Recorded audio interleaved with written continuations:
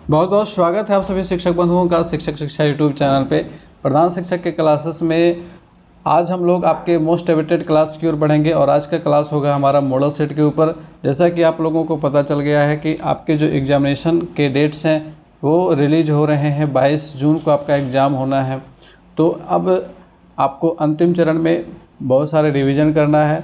GS और आपका DElEd section से मिला करके 150 प्रश्नों को यहाँ डिस्कस किया गया है। तो आप इन सभी प्रश्नों को अच्छे से समझते चलेंगे और फटाफट से सारे प्रश्नों को हम लोग डिस्कस करेंगे, बिल्कुल ही टाइम को वेस्ट नहीं करते हुए। और यहाँ पे मैं शॉर्ट में बताना चाहूँगा कि हमारा जो डीएलएड का ई गाइड बुक है वो आपका बहुत ज़्यादा हेल्प करेगा आपके डीएलएड के प्रिपरेशन में।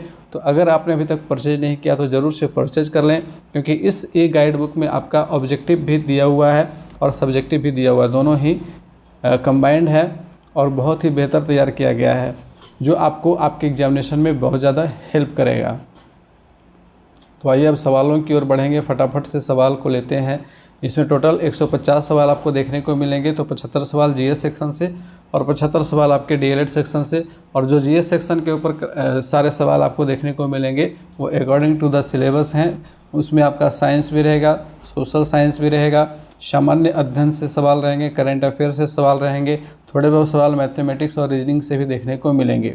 तो प्रयास किया गया है कि बिल्कुल एग्जामिनेशन के पैटर्न को पकड़ करके सवाल तैयार किए जाएं।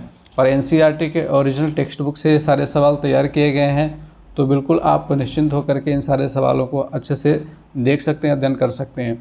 यहाँ पे आपके सामने जो पहला सवाल आ चुका है, इसमें है कि सूची 1 और सूची 2 से सुमेलित करना है। तो आप देखिएगा कि एक तरफ के सूची में राशियाँ दी गई हैं और दूसरी तरफ की सूची में उनके मात्रक दिए गए हैं। ठीक है, तो आप यहाँ पर फटाफट से इसको सॉल्व कीजिए। उच्च वेग का जो मात्रक है वो क्या होता है? मैक होता है। तो 1 का 1 हो जाएगा। तरंग दैर्घ्य एंगस्ट्रम में मापा जाता है। दाब का मात्रक पास्कल है। ऊर्जा का मात्रक जो जूल होता है। तो इस तरह से ये सभी सुमेलित ही दिया हुआ है। कभी कभी कंफ्यूज करने के लिए इस तरह के सवाल भी बनाए जाते हैं, जिसमें बिल्कुल एक के सामने दूसरा जो रहेगा वो सुमेलित ही रहेगा, लेकिन फिर भी आपको कहा जाएगा सुमेलित करने के लिए। तो यहाँ पे इन सारी चीज़ों का ध्यान रखते हुए आपको सॉल्व करना है। बिल्कुल केयरफुली, आसान से, आराम से पहले पढ़ लेना है क्वेश्चंस को और उसके बाद आप ठंडे दिमाग से उसको सॉल्व करेंगे तो आसानी से आप उन सारे सवालों को अच्छे से सॉल्व कर पाएंगे। अगला सवाल है कि किस तापमान पर जल का घनत्व अधिकतम होता है?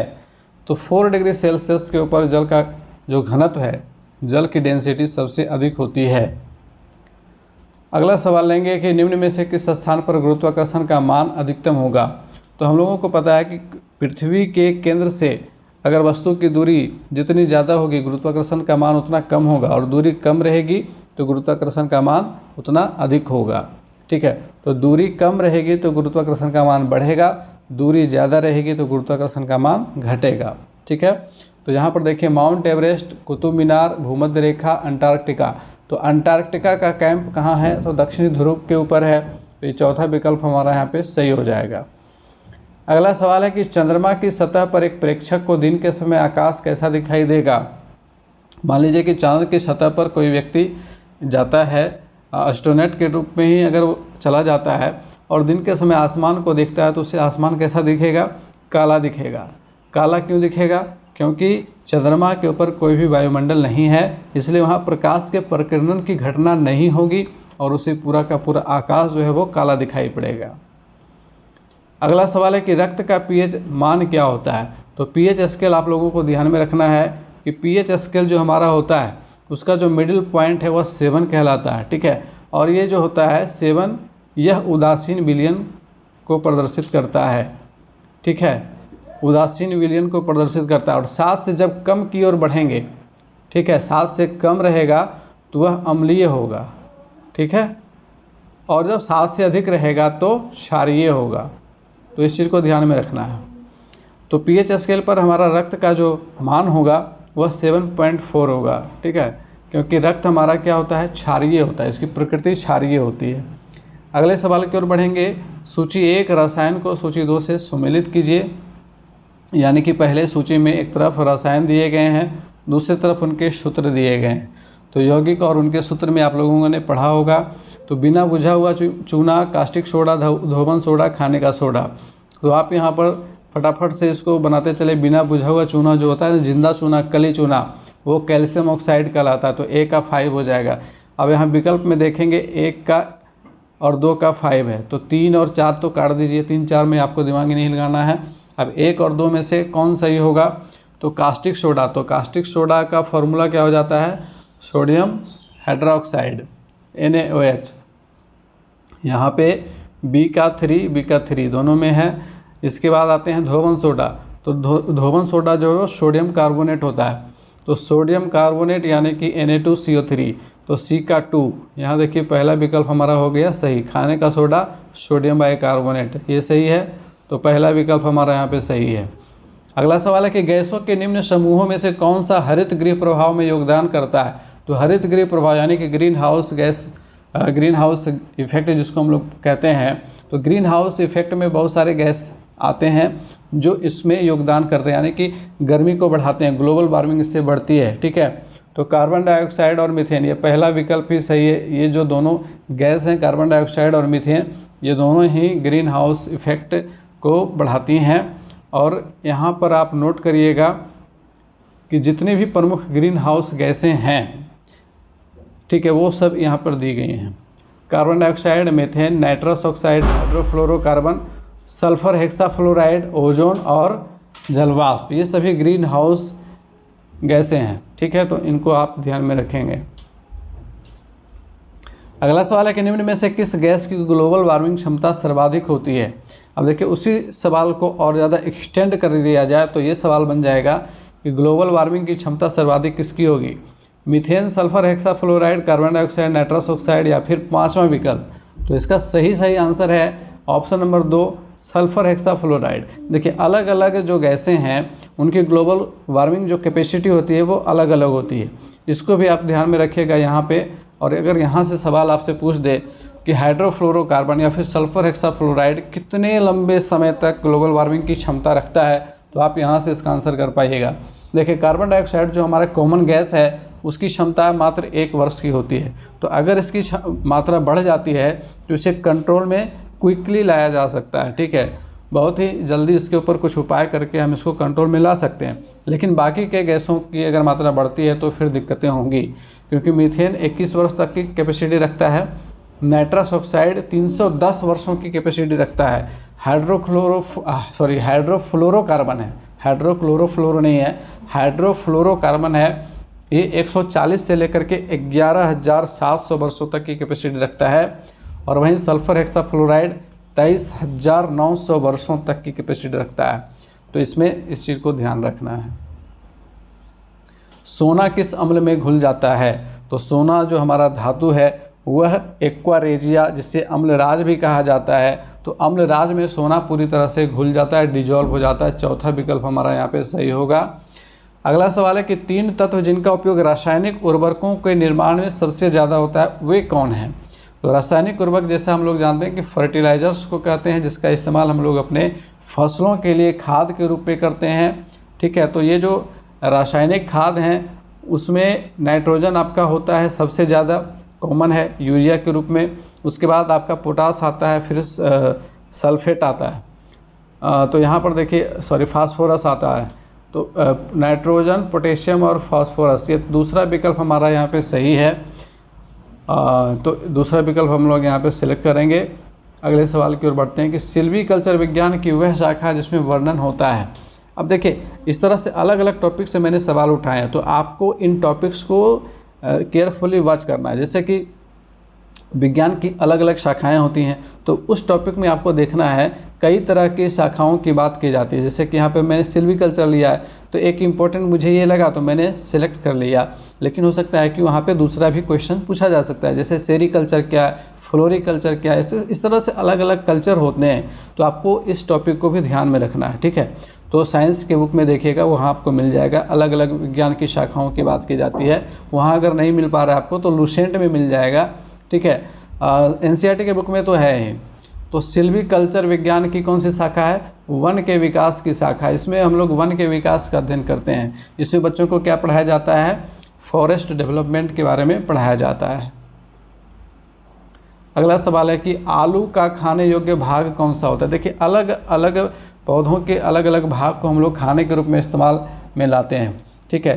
तो जैसे कि यहाँ पे मैंने आलू से सवाल ले लिया, हो सकता है कि वहाँ आपसे अमरूद के बारे में पूछ दे, लीची के बारे में पूछ दे, जैसे कि पिछले एग्जामिनेशन में पूछा गया था कि लीची का कौन सा भाग खाया जाता है।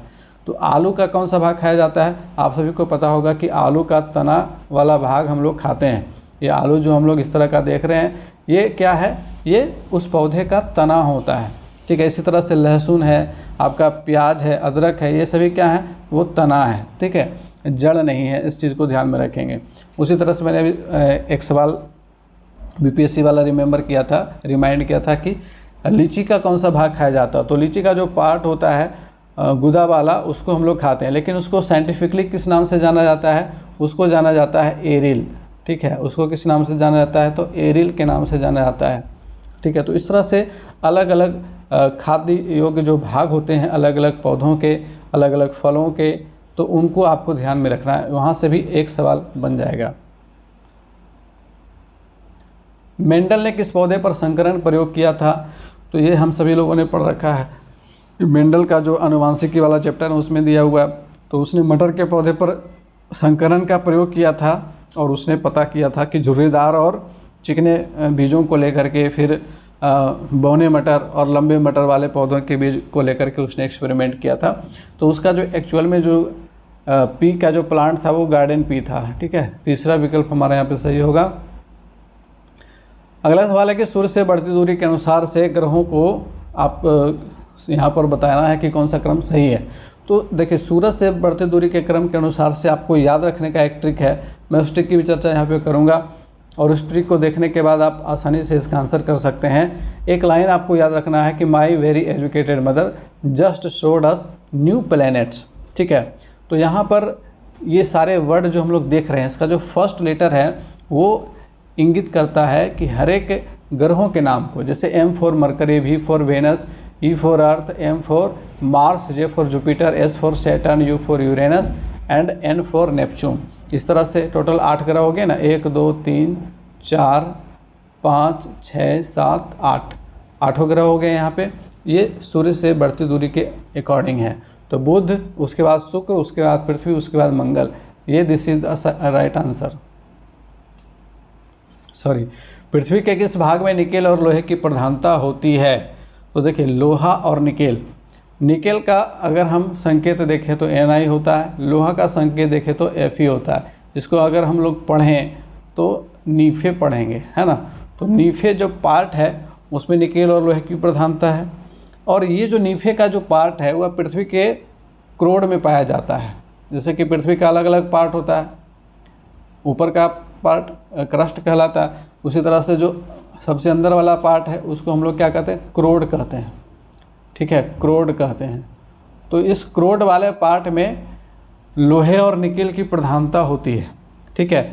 तो यहाँ पे देखिए तीसरा और चौथा ये दोनों विकल्प सही हो जाएगा और ऐसी स्थिति में हम लोग इनमें से एक से अधिक वाला सही वाला ऑप्शन चुनेंगे। अगला सवाल लेते हैं। सूची 1 को सूची 2 से सुमेलित कीजिए और सूचियों के नीचे दिए गए कूट का प्रयोग करके सही उत्तर को चुनिए। तो एक तरफ हमारे पृथ्वी पर खींची गई काल्पनिक रेखाओं के नाम हैं और दूसरी तरफ उनकी स्थितियां हैं, ठीक है। तो प्रत्येक काल्पनिक रेखाओं की स्थिति को आपको ध्यान में रखना है। और यहाँ से आप देखिए 1 2 3 4 5 सवाल तैयार किए जा सकते हैं, ठीक है। यहाँ पे हमने अगर इसको बना लिया तो समझ लीजिए कि आपने 5 सवालों के आंसर को सॉल्व कर लिया है। तो अगर हम अपनी पृथ्वी को यहाँ पे इस तरह से खींच लेते हैं तो ज़्यादा बेटर होगा। ओहो,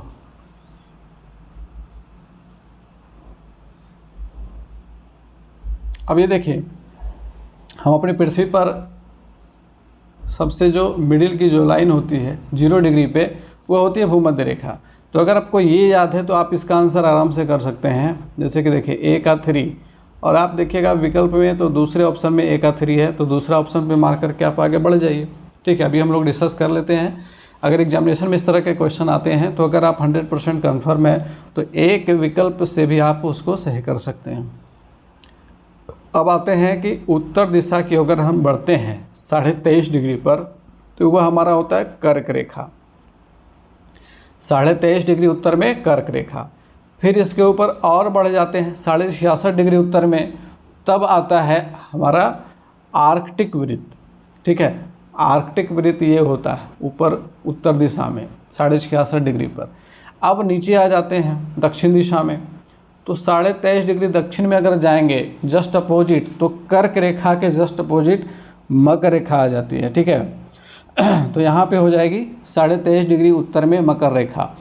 और फिर 66.5 डिग्री दक्षिण में चले जाएंगे तो अंटार्कटिक वृत्त, चूँकि अंटार्कटिका नीचे दक्षिण ध्रुव में है। तो इस तरह से आपको चीज़ों को समझते चलना है, याद रखना है। अब बढ़ेंगे अगले सवाल की ओर। अंतर्राष्ट्रीय तिथि रेखा का निर्धारण किस वर्ष किया गया था? अंतर्राष्ट्रीय तिथि रेखा का निर्धारण 1884 ईस्वी में किया गया था। इस चीज़ को ध्यान में रखेंगे। यहाँ इससे रिलेटेड एक इम्पोर्टेंट नोट को याद रखेंगे कि 180 डिग्री देशांतर को अंतर्राष्ट्रीय तिथि रेखा कहते हैं। चूँकि अक्षांश रेखाएं, देशांतर रेखाएं, दो तरह की काल्पनिक रेखाएं खींची गई हैं। तो जो ध्रुवों के बीच काल्पनिक रेखाएं खींची गई उत्तर ध्रुव से लेकर के दक्षिण ध्रुव के बीच, तो उनको हम लोग देशांतर रेखाएं कहते हैं।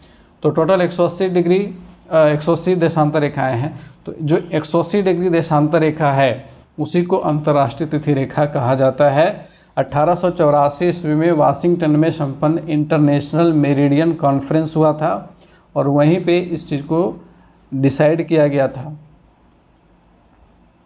निम्न में से कौन एक परतदार चट्टान नहीं है? तो चट्टानों के अलग अलग प्रकार आपको ध्यान में रखना है।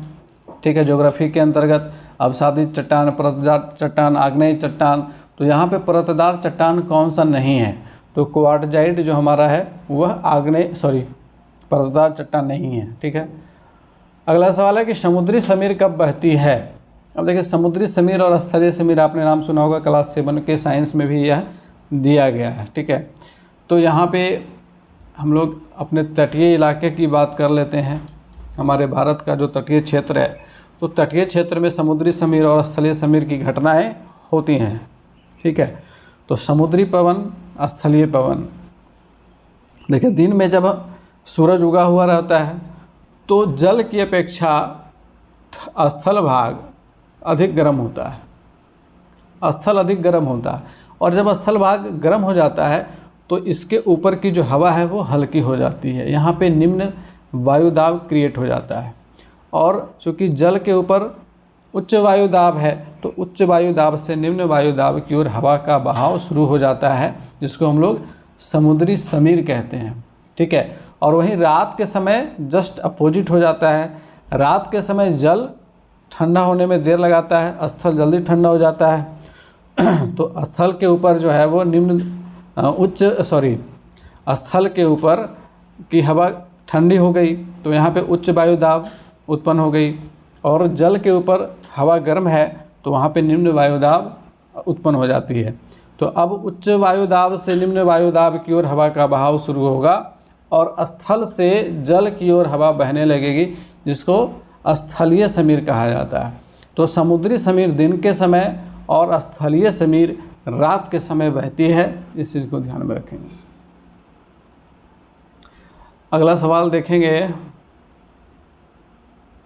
सूची 1 उष्णकटिबंधीय चक्रवात को सूची 2 देश से सुमेलित कीजिए और सूचियों के नीचे दिए गए कूट का प्रयोग करके सही उत्तर को चुनिए। अब देखिए, अलग अलग यहाँ पे ये उष्णकटिबंधीय चक्रवातों के नाम हैं। बैगो, हरिकेन, टाइफून, विल्ली विल्लीज, और इनके जो देश हैं जहाँ पे इनका नामकरण किया गया अलग अलग देश के अकॉर्डिंग, तो उसको मिलाना है। ये आपके एनसीईआरटी के बुक से लिया गया सवाल है और इसका सही विकल्प जो है वो ऑप्शन नंबर 2 है। यहाँ पर देखिए, बैगुओ जो है ना, यह फिलीपींस में आने वाला उष्णकटिबंधीय चक्रवात है। इसके बाद हरिकेन जो है यह अमेरिका का प्रसिद्ध चक्रवात है। हरिकेन वहाँ पे आता है चक्रवात के रूप में, उसका नामकरण किया गया है। फिर है टाइफून।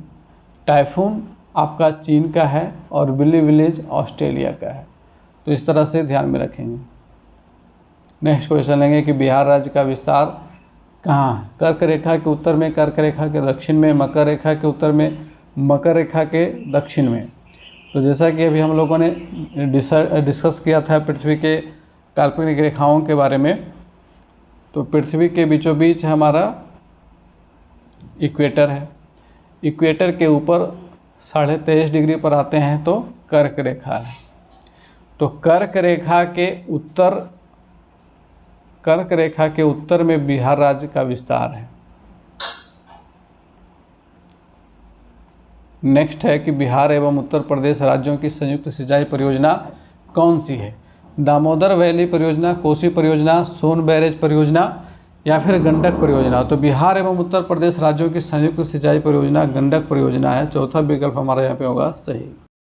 अगला सवाल लेते हैं, बिहार में कृषि का स्वरूप क्या है? तो जो बिहार की हमारी कृषि है वह जीवनदायी श्रेणी में आती है। अगला है कि भारत शासन अधिनियम 1935 द्वारा स्थापित संघ में अवशिष्ट शक्तियाँ किसे दी गई थीं? तो उस टाइम पर ये शक्तियाँ गवर्नर जनरल को दी गई थीं। भीमराव अंबेडकर का संविधान सभा में निर्वाचन किस क्षेत्र से हुआ था? तो पश्चिम बंगाल क्षेत्र से हुआ था, याद रखेंगे। भारतीय संविधान के किस भाग को उसकी आत्मा की आख्या प्रदान की गई है? एक इम्पोर्टेंट क्वेश्चन है ये। भारतीय संविधान की प्रस्तावना को उसकी आत्मा की आख्या प्रदान की गई है। और प्रस्तावना को बनाने वाले, तैयार करने वाले कौन थे? तो भारत के प्रथम प्रधानमंत्री पंडित जवाहरलाल नेहरू थे। भारत के संविधान की प्रस्तावना में समाजवादी और धर्मनिरपेक्ष शब्दों को किस संशोधन के द्वारा जोड़ा गया? तो आप लोगों को याद होगा कि 42वां संविधान संशोधन जो हमारा था वो बहुत मायने में इम्पोर्टेंट था। बहुत सारे संशोधन इस वर्ष देखने को मिले थे 1976 में, और यही वो संशोधन था जिसमें आपका जो शिक्षा का क्षेत्र है वो समवर्ती सूची में डाला गया था। शिक्षा को समवर्ती सूची में डाला गया था 42वें संविधान संशोधन के द्वारा ही। और यहाँ पे समाजवादी, धर्मनिरपेक्ष, राष्ट्र की एकता और अखंडता शब्द जो है ना वह भी 42वें संविधान संशोधन के द्वारा जोड़ा गया था। भारतीय संविधान में समवर्ती सूची की अवधारणा किस देश से ली गई है? तो ये हमारे समवर्ती सूची की अवधारणा जो हमारे संविधान की है वह ऑस्ट्रेलिया से ली गई है। भारतीय नागरिकों के मूल कर्तव्यों का विवरण संविधान के किस भाग में दिया गया है? तो हम जब भी NCERT या बिहार SCERT की किताब को पलटते हैं तो वहाँ पे मूल कर्तव्य भी दिख जाता है पृष्ठ के ऊपर, है ना।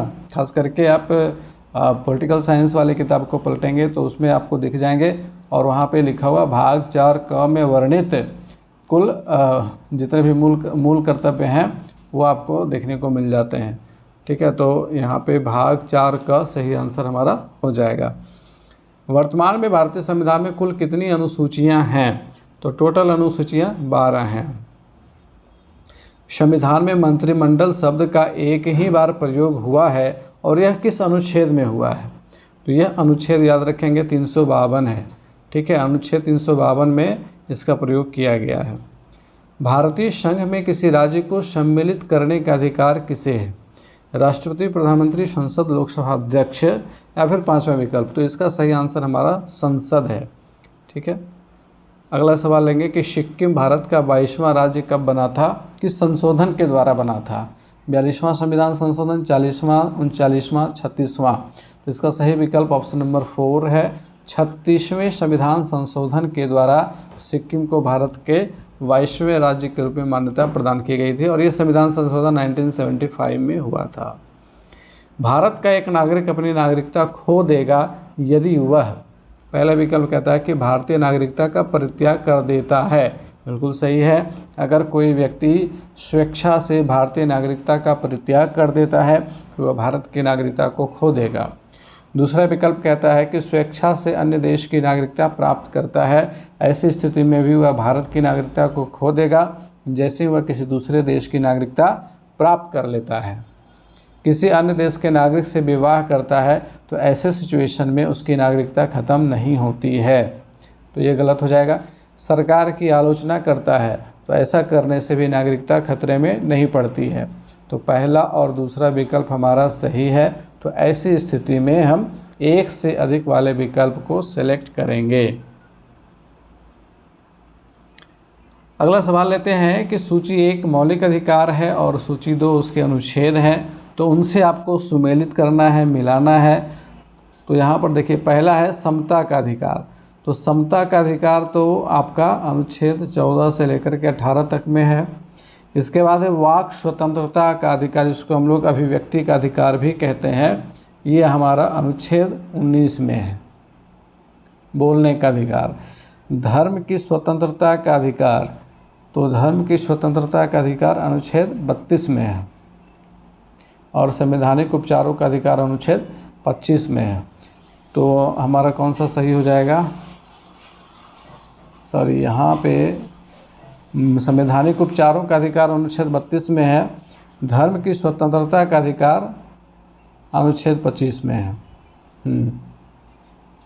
तो समता का अधिकार तो हो गया अनुच्छेद 14 से लेकर के 18 तक में, ये सही है, 1 का 1। तो देखिए पहला विकल्प और तीसरा विकल्प ये दोनों, बाकी 2 और 4 तो ख़त्म हो गया। तो इसके बाद वाक स्वतंत्रता का अधिकार अनुच्छेद 19 में है, तो बी का 4 हमारा तीसरा विकल्प में है। तो तीसरा विकल्प हमारा सही हो जाएगा। और धर्म की स्वतंत्रता का अधिकार जो है ना वो अनुच्छेद 25 में दिया गया है और संवैधानिक उपचारों का अधिकार अनुच्छेद 32 में दिया गया है। यहाँ पे थोड़ा सा कन्फ्यूजन हो जाता है कभी कभी, तो इस चीज़ को ध्यान में रखेंगे। अगला सवाल है कि जब राष्ट्रपति एवं उपराष्ट्रपति का पद खाली हो जाता है तो भारत के राष्ट्रपति के पद पर कौन कार्य करता है? तो ठीक है, तो उस टाइम अगर ऐसी स्थिति आती है कि राष्ट्रपति और उपराष्ट्रपति दोनों ही पद खाली हो जाएं, तो हमारे भारत के जो सुप्रीम कोर्ट है, तो सुप्रीम कोर्ट के जो मुख्य न्यायाधीश होंगे वो होंगे हमारे राष्ट्रपति के पद पे आसीन उस टाइम पे, ठीक है, कार्यवाहक रूप में। तो भारत का मुख्य न्यायाधीश, दूसरा विकल्प हमारा यहाँ पे सही हो जाएगा। भारतीय संसद के परिप्रेक्ष्य में शून्यकाल किसे कहते हैं? शून्यकाल से आप क्या समझते हैं? तो शून्यकाल जब प्रश्नकाल के ठीक बाद का समय होता है तो उसको हम लोग शून्यकाल कहते हैं। तो प्रश्नकाल के तुरंत बाद का समय, दूसरा विकल्प हमारा यहाँ पे होगा सही। अगला सवाल है कि प्रधानमंत्री की नियुक्ति राष्ट्रपति करता है, यह किस अनुच्छेद में वर्णित है? संविधान के किस अनुच्छेद में वर्णित है? तो ये अनुच्छेद 75 में है, ठीक है, पैराग्राफ 75। 1857 के विद्रोह के समय भारत का गवर्नर जनरल कौन था? तो लॉर्ड कैनिंग उस टाइम पे भारत के गवर्नर जनरल थे जब 1857 का विद्रोह छिड़ा था। निम्न में से कौन सा एक क्षेत्र 1857 के विद्रोह से प्रभावित नहीं था? वह क्षेत्र था चित्तौड़। चित्तौड़ उस टाइम पे प्रभावित नहीं हुआ था। 1905 ईस्वी में बंगाल विभाजन किस वायसराय ने किया था? तो वह वायसराय था लॉर्ड कर्जन। लॉर्ड कर्जन ने बंगाल विभाजन किया था। निम्न में से किसने स्वदेशी आंदोलन का नेतृत्व दिल्ली में किया था? दिल्ली में स्वदेशी आंदोलन का नेतृत्व करने वाले थे सैयद हैदर रजा। तो चौथा विकल्प हमारा यहाँ पे हो जाएगा सही। अगला है गांधी इरविन समझौता 5 मार्च 1931 किससे संबंधित है? यह संबंधित है सविनय अवज्ञा आंदोलन से। दूसरा विकल्प हमारा यहाँ पे सही है। अगला है कि हंटर आयोग की नियुक्ति कब की गई थी? अब हंटर आयोग का जो सवाल है मैंने इसीलिए लिया है क्योंकि देखिए हंटर आयोग एक तो आपका जीएस सेक्शन में है और दूसरा आपका डीएलएड सेक्शन में भी है। तो डीएलएड सेक्शन में जो आपका है टॉपिक कि हंटर आयोग को ज्योतिबा फुले के द्वारा जो बयान दिया गया था 1882 ईस्वी में, वहाँ पे जो हंटर आयोग है वो अलग है। वह शिक्षा के दृष्टिकोण से हंटर आयोग की नियुक्ति की गई थी, ठीक है, उसका गठन किया गया था। लेकिन ये जो हंटर आयोग की नियुक्ति की गई थी ये यहाँ पे अलग है। ये जलियांवाला बाग हत्याकांड जब हमारा हुआ था, जब हजारों निहत्थों के ऊपर गोलियां चलाई गई थी, तो उसकी जांच पड़ताल के लिए जिस आयोग की नियुक्ति की गई थी उसका जो हेड था उसका नाम भी हंटर ही था, ठीक है। इसीलिए हंटर आयोग इसको भी कहा जाता है और हमारा जो शिक्षा से संबंधित है वह भी हंटर आयोग है, लेकिन दोनों में डिफरेंस है, इस चीज़ को ध्यान में रखेंगे। अगला सवाल है कि भूदान आंदोलन किसने प्रारंभ किया था? तो हम सभी को पता है कि भूदान आंदोलन के प्रणेता विनोबा भावे थे और यहाँ पे विकल्प में महात्मा गांधी, रविन्द्रनाथ टैगोर, राधा कृष्ण, अरविंद घोष। विनोबा भावे है नहीं तो ऐसी स्थिति में हमें चुनना है इनमें से कोई नहीं। ठीक है, इनमें से कोई नहीं।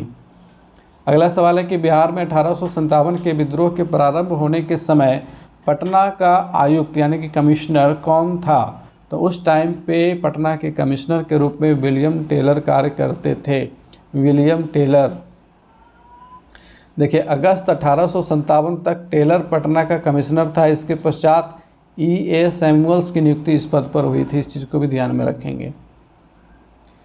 मुजफ्फरपुर बम कांड 1908 का दोषी ठहराकर किसे फांसी दी गई थी? तो ये तो सभी को पता है, खुदीराम बोस जी, जो सबसे युवा क्रांतिकारी थे। खुदीराम बोस जी को फांसी की सज़ा दी गई थी।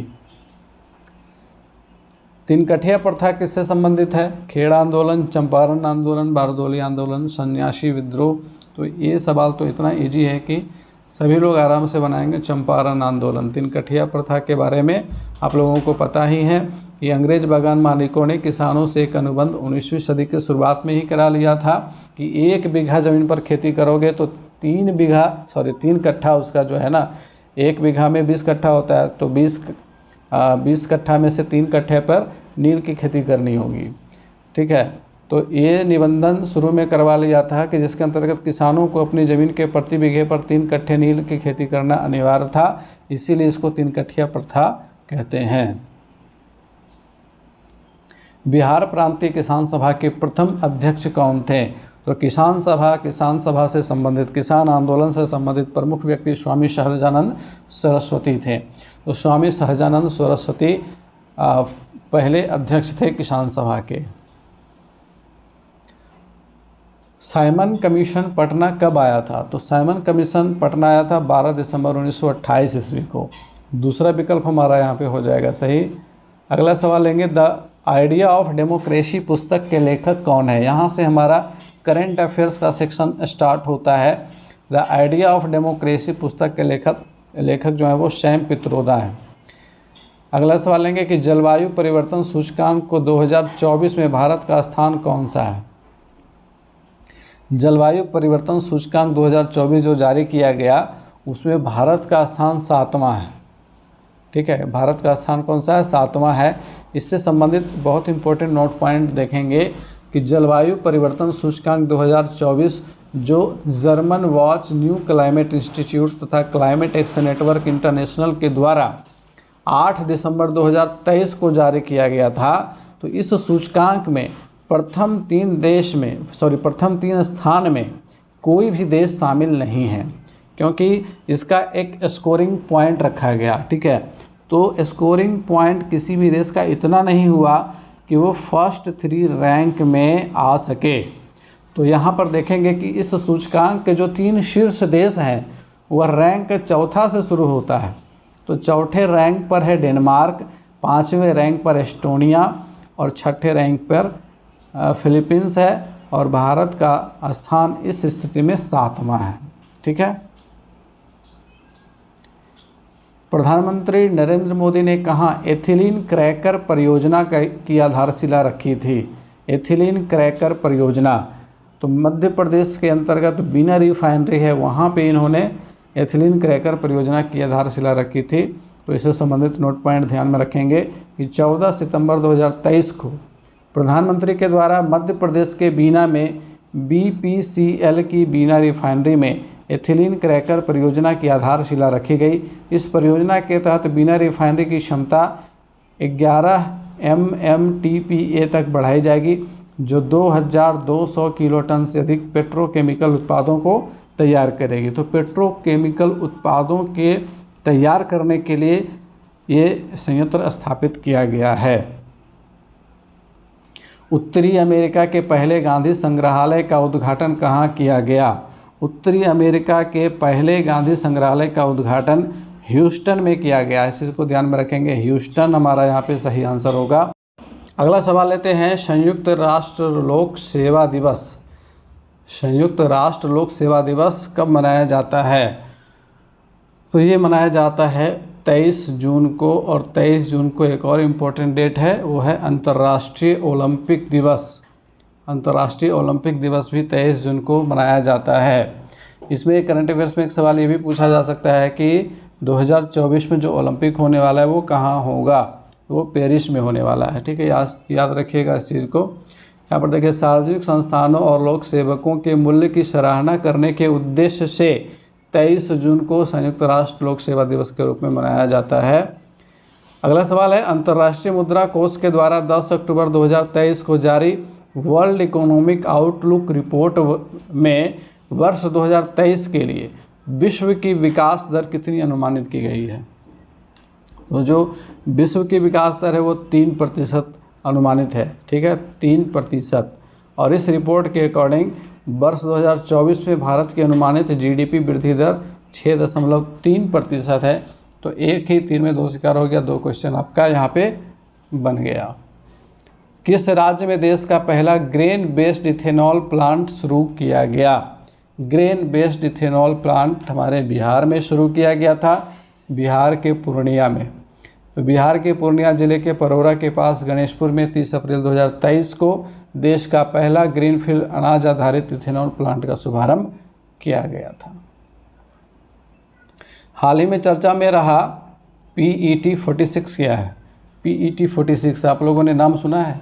PET 46 एक प्रकार का एंजाइम है और इसका प्रयोग समुद्री प्लास्टिक के कचरे को कंट्रोल करने के लिए किया जा रहा है। ये देखिए, PET 46 एक विशेष प्रकार का एंजाइम है। इसका उपयोग समुद्री और स्थलीय प्लास्टिक को नष्ट करने में किया जाता है।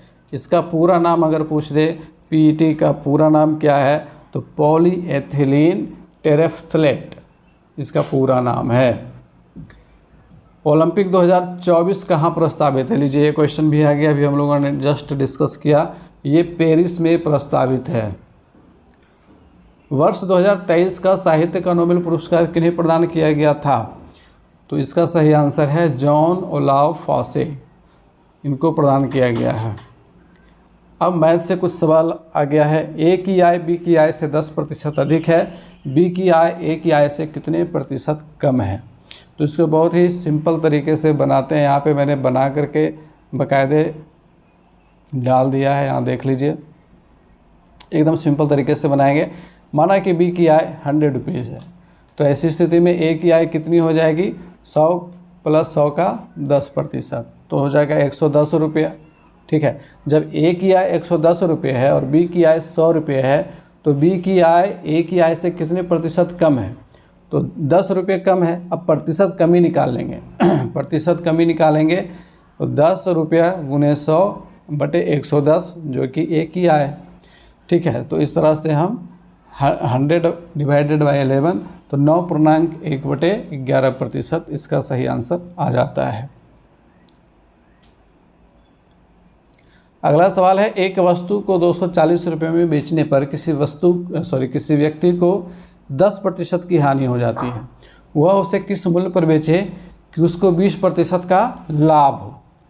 तो ऐसी स्थिति में हम क्या करेंगे, सबसे पहले उस वस्तु का क्रय मूल्य ज्ञात कर लेंगे और फिर हम 20% लाभ के अकॉर्डिंग उसका विक्रय मूल्य ज्ञात कर लेंगे, तो आंसर आ जाएगा।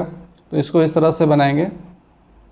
यहाँ पहला विक्रय मूल्य 240 रुपये दिया गया है, जिस पर 10% की हानि हो गई, तो हम वस्तु का क्रय मूल्य निकालेंगे सूत्र से, विक्रय मूल्य बटे 1 - हानि बटे 100। तो 240 बटे 1 - 10/100 करेंगे, तो जब इसको कैलकुलेट करते हैं तो आ जाता है 800/3। अब यहाँ पर 20% लाभ के लिए विक्रय मूल्य का सूत्र क्या हो जाएगा, क्रय मूल्य × 1 + लाभ बटे 100। ठीक है, तो क्रय मूल्य हमारा कितना है 800/3 और फिर एक जो 20% लाभ है तो 20/100 कर दिए। अब इसको कैलकुलेट करने के बाद हमारा 320 रुपये सही आंसर आ रहा है। अगला सवाल है, निम्नलिखित श्रृंखला में प्रश्न वाला जो चिन्ह है उसके स्थान पर क्या आएगा। तो ये आपका सीरीज से सवाल है, 1 से आ गया 3, तो अगर हम 1 में 1 से मल्टीप्लाई करके 2 ऐड कर दें तो 3 आ जाएगा। उसी तरह से 3 में 2 से मल्टीप्लाई करके 3 जोड़ दें तो 3 दूना 6, सॉरी यहाँ पे जोड़ का चिन्ह हो जाएगा, जोड़ 3, तो 3 दूना 6, 6 और 3 9 हो गया। फिर 9 में 3 से गुना करेंगे, 1 1 बढ़ते जाएगा, 9 तिया 27 और एक और बढ़ाएंगे, 3 में 1 जोड़ेंगे तो 4 हो जाएगा। तो 27 और 4 31 है ना। तो यहाँ पे क्या हो जाएगा, 31 में कितने से गुना करना पड़ेगा, 4 से, और कितना जोड़ना पड़ेगा, 5 जोड़ना पड़ेगा, तब हमारा जा करके यहाँ पे फिल होगा। तो 31 चौका कितना होगा, 4 इकाई 4, 4 तिया 12, 124, 124 और 5 129। तो 129 हमारा सही आंसर हो जाएगा। ये देखिए इस तरह से यहाँ पे बनाएंगे, ठीक है। इसका स्क्रीनशॉट ले लेंगे। इसके बाद है सुधीर प्रत्येक सही उत्तर के लिए 3 अंक प्राप्त करता है और प्रत्येक गलत उत्तर के लिए 2 अंक खोता है। यदि वह परीक्षा में पूछे गए सभी 30 प्रश्नों को हल करने के बाद 40 अंक प्राप्त करता है तो उसने कितने सही प्रश्न हल किए। तो इसको किस तरह से बनाएंगे, देखिए सिंपल है। सभी प्रश्नों को सही करने पर प्राप्त कुल अंक कितना होगा, 30 क्वेश्चन है, अगर 30 सही बना देता है तो 90 अंक टोटल आएगा। अगर एक गलत उत्तर करता है तो एक तो सही के लिए उसका 3 नंबर कटेगा और गलत करने पर 2 नंबर, तो इस तरह से टोटल 5 नंबर कट जाएगा एक गलती पर, ठीक है। तो उसने टोटल 40 अंक प्राप्त किए हैं, यानी कि उसने 50 अंक खोए हैं। 90 में 40 घटा देंगे, 50 अंक खोया, तो कुल गलत प्रश्नों की संख्या कितनी हो जाएगी, 50/5, चूँकि टोटल 50 नंबर उसने खो दिया है और 5 एक प्रश्न के खोने पर 5 नंबर कट रहा है, तो 5 से जब डिवाइड करेंगे तो 10 आ जाएगा, यानी कि 10 प्रश्न उसने गलत किए हैं। तो सही कितना किया है, तो 30 में 10 घटा दीजिए, 20 आ गया, 20 सही किया है। तो इस तरह से इसको बनाना है। 3 अंकों की कुल कितनी संख्याएं हैं जो 6 से विभाज्य हैं। तो ये इस तरह का अगर सवाल रहेगा तो ये आप एपी से बना सकते हैं। अब देखिए 3 अंकों की कुल कितनी संख्या है, तो 3 अंकों की सबसे छोटी संख्या जो 6 से विभाज्य है वो क्या होगी। अच्छा, 3 अंकों की सबसे छोटी संख्या कितनी होगी, 100 होगी, और सबसे बड़ी संख्या कितनी होगी, 999 होगी। अब देखना है हमें कि 3 अंकों से 6 से विभाज्य होने वाले 3 अंकों की सबसे छोटी संख्या कौन सी होगी, तो वो होगी 102। अब लास्ट में देखना है कि लास्ट तक जाएंगे ना, तो 3 अंकों से विभाज्य होने वाली सबसे बड़ी संख्या कौन सी होगी, तो सबसे बड़ी संख्या 999 तो 6 से कटेगा नहीं। अच्छा, 998 देख लेते हैं। तो 6 से कटने का रूल क्या है, वह संख्या जो 2 से और 3 से दोनों से विभाज्य हो वह 6 से भी विभाज्य होगी। तो 9, 9, 18, 18 और 8 कितना हो जाएगा, 26। 3 से ये कटेगा नहीं, तो यह भी 6 से विभाज्य नहीं होगा। 997 ले लीजिए, तो 997 तो 2 से कटेगा नहीं, तो ये भी ऐसे ही चला जाएगा। 996 ले लीजिए, तो ये 2 से कट रहा है, और 9, 9, 18, 1824, तो ये 3 से भी कटेगा। तो 996 3 अंकों की वह सबसे बड़ी संख्या है जो 6 से विभाज्य है। तो सबसे छोटी और सबसे बड़ी निकालनी है 102, इसके बाद 108 हो जाएगा। इसी तरह से चलते चलते कहाँ तक जाना है, 996 तक जाना है। तो ए हमारा क्या हो गया, 102 हो गया। डी हमारा कितना हो गया, 6 हो गया, अंतराल 6 का है, ठीक है। और फॉर्मूला ले लेंगे TN = A + n-1 × D। इस फॉर्मूला के सहयोग से हम इसको सॉल्व करेंगे इस तरह से। देखिए 3 अंकों की 6 से विभाज्य होने वाली सबसे छोटी संख्या 102 है और सबसे बड़ी संख्या 996 है। इस प्रकार जो पद हमें प्राप्त होंगे वो हो जाएगा 102, 108, 114, इस तरह से 996 तक। अब हम सूत्र का इस्तेमाल करेंगे एपी का, TN = A + n-1 × D। यहाँ TN अंतिम पद 996 हमारा है, प्रथम पद A 102 है, N हमें ज्ञात करना है, ठीक है, -1 कर दिए और × 6। D हमारा जो है D सार्व अंतर होता है, तो दूसरे पद में पहले पद को घटाने पर जो अंतर प्राप्त होता है वो D होता है। तो 6 आ गया, ठीक है। अब इसको कैलकुलेट कर लिए, 996, 102 इधर प्लस में था, इधर चला गया माइनस में हो गया। 996 में 102 घटा 894 आ गया। ये 6 इधर गुना में था, इधर आया तो भाग में हो गया। अब इससे कट गया तो 149 आ गया। ये -1 इधर था, ये +1 हो गया। अब ये 149 में 1 जुटा तो 150 हो गया। यानी कि 3 अंकों की 6 से विभाज्य होने वाली कुल संख्याओं की संख्या कितनी? 150 है। कुल 150 संख्याएं हैं। अगला सवाल है, सुरेश का जन्म 4 अक्टूबर 1999 को हुआ था। रमेश का जन्म सुरेश से 6 दिन पहले हुआ था। उस वर्ष स्वतंत्रता दिवस रविवार को पड़ा था, तो रमेश का जन्म किस दिन हुआ था? अब देखिए, सुरेश का जन्म कहता है 4 अक्टूबर 1999 को हुआ था, 4 अक्टूबर को। तो ये बताइए कि रमेश का जन्म कब हुआ था? ये सुरेश का जन्म है। अब रमेश का जन्म निकाल लेते हैं। 6 दिन पहले कह रहा है ना, तो 4 अक्टूबर में 6 दिन घटा दीजिए तो कितना हो जाएगा आपका? 28 सितंबर हो जाएगा ना।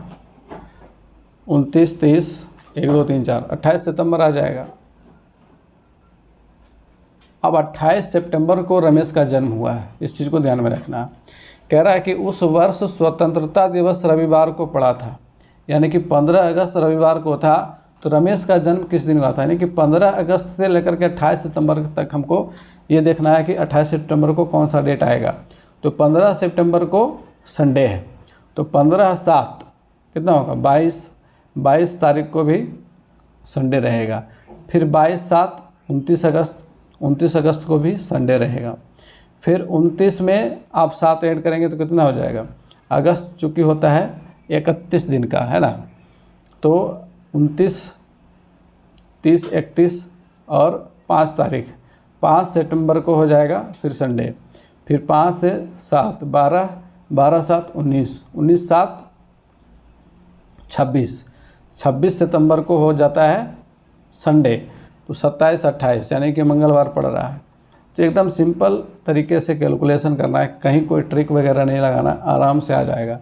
तो फर्स्ट ऑप्शन हमारा मंगलवार हो जाएगा। यदि एक घड़ी को आईने के सामने रखा जाता है तो प्रतिबिंब का समय 10:45 प्रतीत होता है। इस स्थिति में वास्तविक समय क्या होगा? अभी देखिए, 1 मिनट, इस तरह से हम घड़ी बना लेते हैं, ठीक है। अब घड़ी की जो सुई होगी,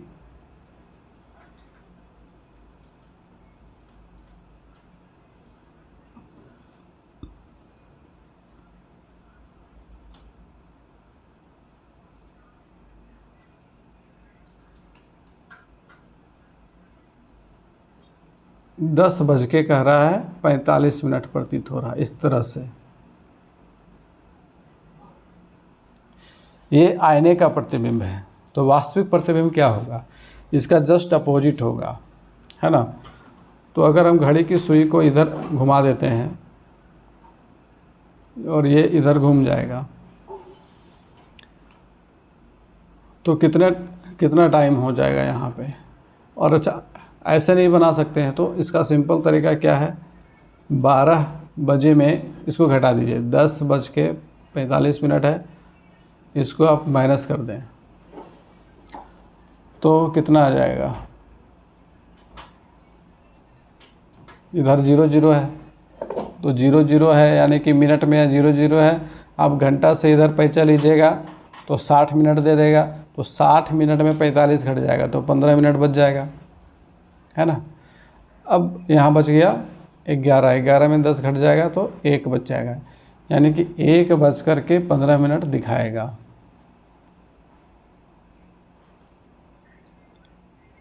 अगला सवाल है, यदि एक कूट भाषा में कैंडल को EYPBNC लिखा जाता है तो फ्लेम्स को क्या लिखा जाएगा?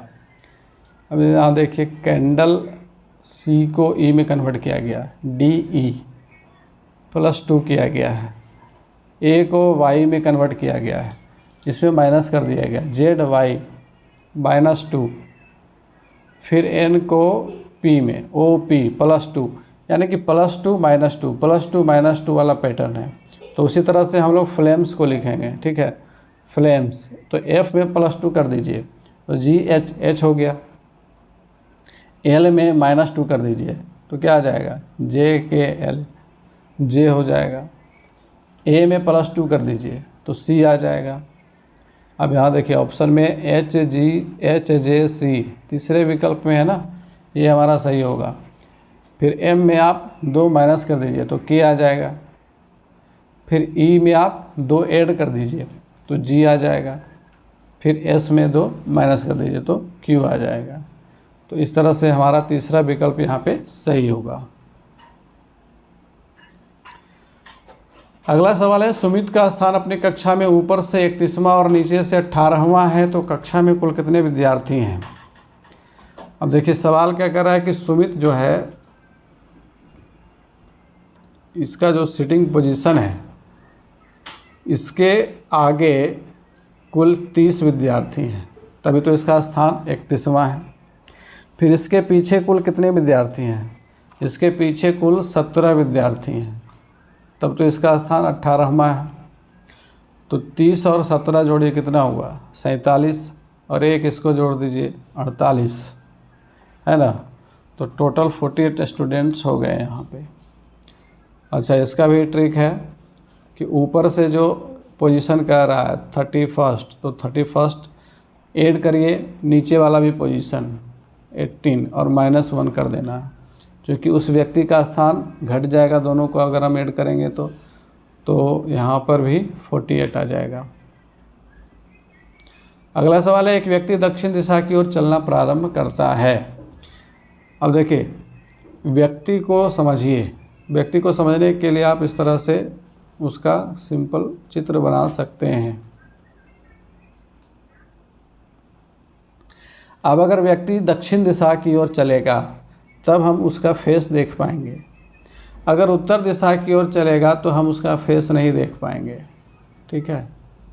तो यहाँ हम बाल बना देंगे उसके लिए, और दोनों स्थिति में उसके हाथों का ध्यान रखना है कि किधर उसका लेफ़्ट साइड होगा, किधर उसका राइट साइड होगा। तो जब व्यक्ति दक्षिण दिशा की ओर चल रहा है तो इधर देखिए उसका राइट साइड है, ठीक है, और इधर उसका लेफ़्ट साइड है। यानी कि दक्षिण दिशा में जब वो चलेगा और वो अपने दाहिने हाथ की ओर घूम जाता है तो इसका मतलब कि वह पश्चिम दिशा की ओर घूम जाएगा, और अगर वो अपने बाईं हाथ की ओर घूम रहा है तो वो पूर्व दिशा की ओर घूम जाएगा, ठीक है, इस तरह से समझना है। और जब व्यक्ति उत्तर दिशा की ओर चलेगा तब फिर जब वो दाहिने हाथ की ओर घूमेगा तो वह पूर्व दिशा की ओर घूम जाएगा, और जब बाएं तरफ मुड़ेगा तो पश्चिम दिशा की ओर मुड़ जाएगा, ठीक है। इस चीज़ को समझेंगे तो कभी परेशानी नहीं होगी। अब क्या करा कि व्यक्ति दक्षिण दिशा की ओर चलना प्रारंभ करता है। मान लीजिए कि इस पॉइंट से वह चलना शुरू किया, 10 मीटर चलने के बाद 10 मीटर चला, इसके बाद वह बाएं मुड़ गया, तो उसका बायां हाथ किधर है। अभी मैंने समझाया कि बाएं ओर मुड़ेगा यानी कि पूर्व दिशा की ओर मुड़ जाएगा, ठीक है। तो बाईं ओर मुड़ गया, अब वह 15 मीटर चलता है। 15 मीटर चलने के बाद अब उसका सिचुएशन किधर हो गया, पूर्व दिशा की ओर उसका मुख हो गया, तो दाहिना हाथ उसका किधर चला जाएगा, दक्षिण दिशा की ओर, और बायां हाथ किधर चला जाएगा, उत्तर दिशा की ओर। अब फिर वह बाईं ओर मुड़ जाता है, यानी कि वह उत्तर दिशा की ओर मुड़ जाएगा, ठीक है, उत्तर दिशा की ओर मुड़ेगा। और 15 मीटर चलने के बाद 1 मिनट क्या कर रहा है कि 15 मीटर तो यहाँ चला, 15 मीटर चलने के बाद वह पुनः बाईं ओर मुड़ जाता है। एक बार फिर से समझते हैं कि व्यक्ति दक्षिण दिशा की ओर चलना प्रारंभ करता है। यहाँ से उसने स्टार्ट किया, 10 मीटर चला, तो 10 मीटर चलने के बाद वह बाईं ओर मुड़ जाता है, बाईं ओर मुड़ गया। अब बाईं ओर मुड़ करके वह 15 मीटर चलता है, ठीक है, 15 मीटर चला, तो 15 मीटर चलने के बाद वह पुनः बाईं ओर मुड़ जाता है। यहाँ से वह फिर से बाईं ओर मुड़ जाता है, तो फिर से उत्तर दिशा में ये चलना शुरू करेगा, ठीक है। तो वह किस दिशा में जा रहा है, तो उत्तर दिशा में जा रहा है। तो पहला ऑप्शन यहाँ पे हमारा सही हो जाएगा।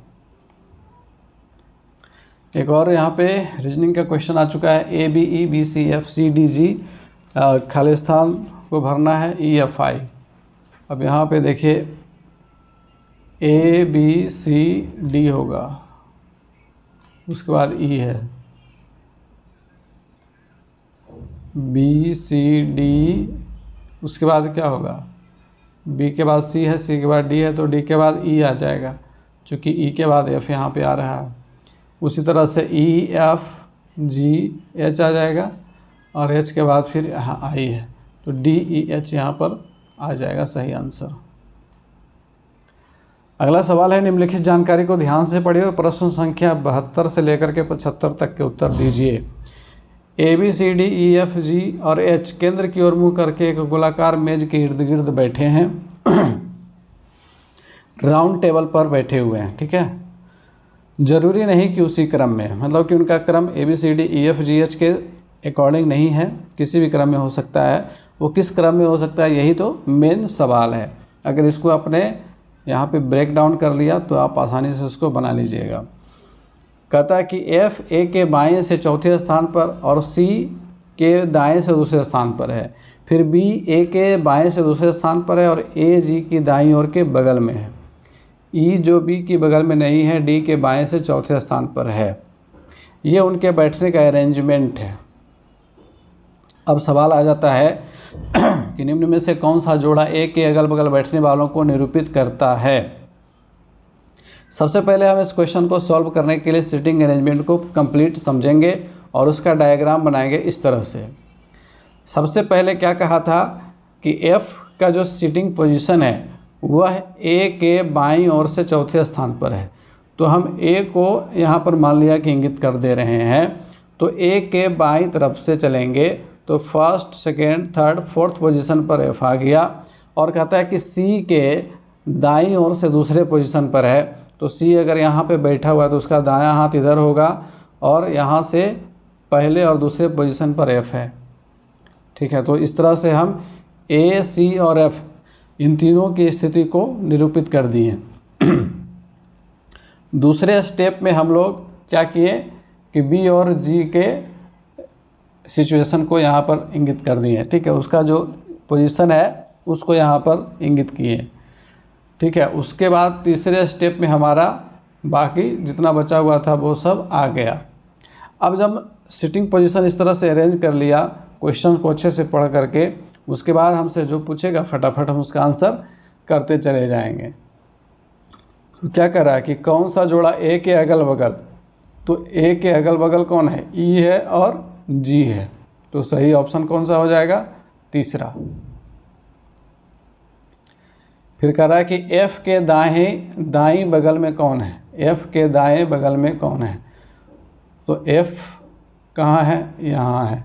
इसका दाहिना हाथ किधर होगा, जब राउंड टेबल पे बैठा हुआ है तो इसका दाहिना हाथ ये हो जाएगा और दाहिने साइड में D बैठा हुआ है, तो यहाँ पे आंसर क्या हो जाएगा, D। इसके बाद E के दाईं से दूसरा कौन है, E के दाएं से दूसरा, तो देखिए E के दाएं से दूसरा कौन हो जाएगा, E के दाएं से दूसरा H है, तो यहाँ पर H हो जाएगा। दूसरा ऑप्शन यहाँ पे सही हो जाएगा। फिर कहता है कि G के संबंध में H का स्थान कौन सा है, तो G के संबंध में H का स्थान, अब यहाँ देखिए G यहाँ है और H यहाँ है, तो अगर हम दाहिनी तरफ से इसका गिनते हैं 1 2 3 4, दाईं ओर से चौथा है और बाईं ओर से कितना है, 1 2 3 4, बाईं ओर से भी चौथा है।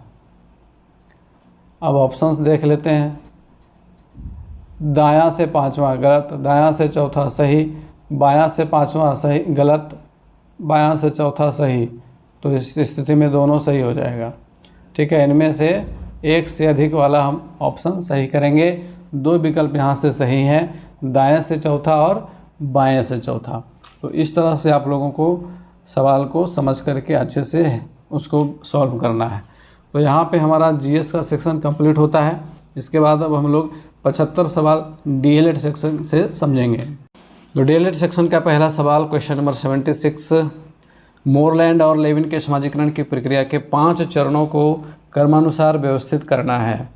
देखिए, मोरलैंड और लेविन ने समूह समाजीकरण का सिद्धांत दिया था, तो उसके अकॉर्डिंग आपको यहाँ पे इन चीज़ों को व्यवस्थित करना है क्रम के अनुसार से। तो इसमें अनुस्मरण है, समाजीकरण, अनुरक्षण, अन्वेषण, पुनः समाजीकरण।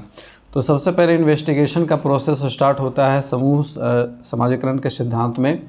ठीक है, तो सबसे पहले यहाँ पे हो जाएगा फर्स्ट पोजीशन पे, सॉरी ये 1 मिनट, अन्वेषण हो जाएगा फर्स्ट पोजीशन पे आपका। ठीक है, उसके बाद सेकंड पोजीशन पे आपका आ जाता है अन्वेषण करने के बाद उसका फिर सोशलाइजेशन का प्रोसेस स्टार्ट होता है समाजीकरण। जब व्यक्ति एक समूह में कार्य करना प्रारंभ करता है तो सबसे पहले इन्वेस्टिगेशन का प्रोसेस होता है, अन्वेषण, और फिर एक दूसरे को इन्वेस्टिगेट करने के बाद लोगों में फिर समाजीकरण की प्रक्रिया प्रारंभ होती है। फिर इसके बाद का जो प्रोसेस है वो आ जाता है आपका मेंटेनेंस को। इसके बाद फिर मेंटेनेंस का प्रोसेस स्टार्ट होता है, अनुरक्षण की प्रक्रिया प्रारंभ होती है, और तब जाकर के फिर से इसका रीसोशलाइजेशन होता है, ठीक है, पुनः समाजीकरण। और पुनः समाजीकरण होने के बाद फिर वो सारी चीज़ें जो हैं वो अनुस्मरण के अंतर्गत चली जाती हैं, रिमेम्बरेंस, वो यादों में व्यक्ति के चित्रित हो जाती हैं। तो इस तरह से ये आपका ऑप्शन नंबर 2 यहाँ पे देखेंगे, सबसे पहले डी, उसके बाद बी, फिर सी और ई, और तब ए। दूसरा विकल्प यहाँ पे हमारा सही है। इसका नोट पॉइंट आप देख लेंगे।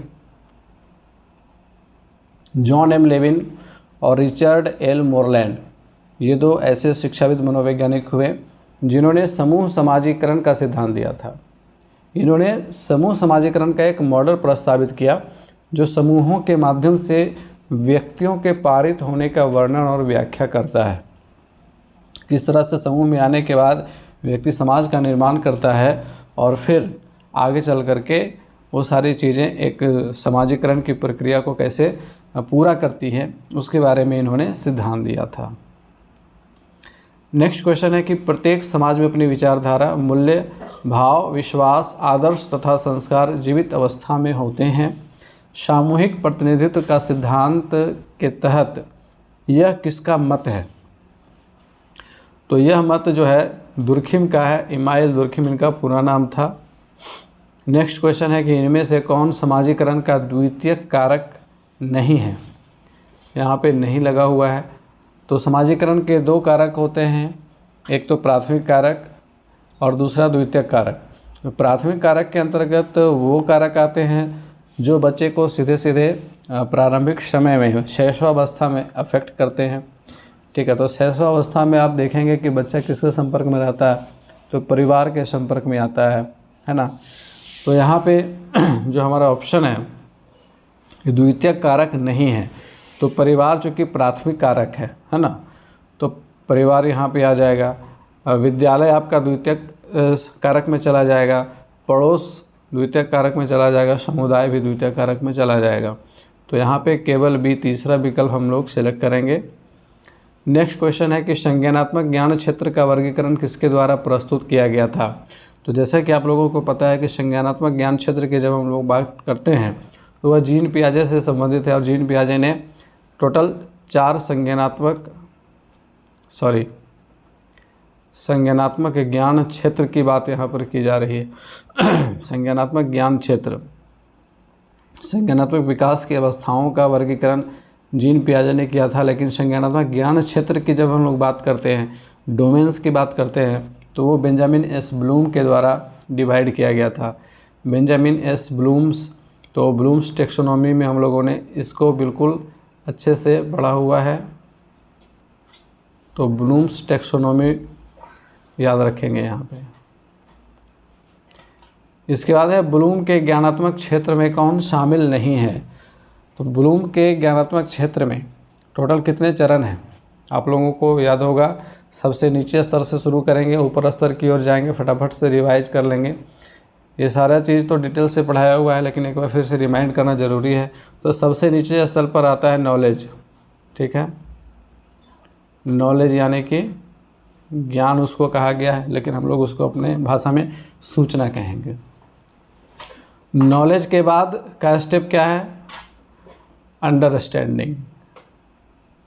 अंडरस्टैंडिंग के आगे का स्टेप क्या है?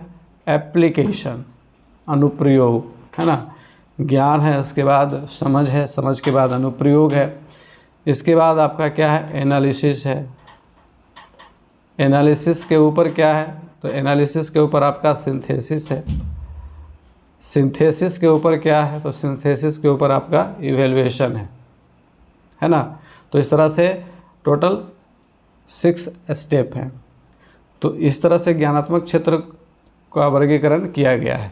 अब यहाँ पे देखिए क्या कहता है कि ज्ञानात्मक क्षेत्र में कौन शामिल नहीं है, तो बोध शामिल है, विश्लेषण शामिल है, परिशुद्धता शामिल नहीं है, संगठन भी शामिल नहीं है ना। परिशुद्धता और संगठन ये दोनों ही शामिल नहीं हैं। तो ऐसी स्थिति में हम लोग को एक से अधिक वाला विकल्प सेलेक्ट करना है, ठीक है। तो देखिए परिशुद्धता जो है वो मनोचालात्मक क्षेत्र में चला जाता है, साइकोमोटर डोमेन में चला जाता है, और संगठन आपका अफेक्टिव डोमेन में चला जाता है।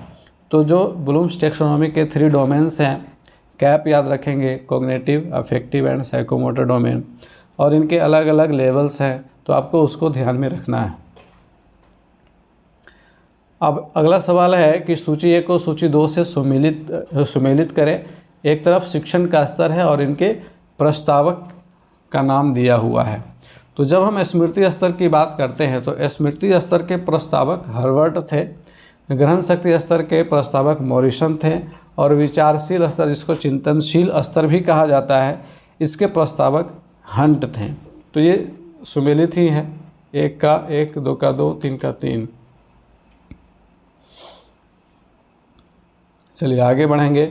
निम्न में से किस विश्वविद्यालय ने 1961 ईस्वी में सूक्ष्म शिक्षण की अवधारणा को प्रतिपादित किया था? सूक्ष्म शिक्षण की अवधारणा यानी कि माइक्रो टीचिंग की बात करेंगे यहाँ पे, ठीक है। माइक्रो टीचिंग तो स्टैनफोर्ड विश्वविद्यालय ने इसको प्रतिपादित किया था, इसको याद रखेंगे।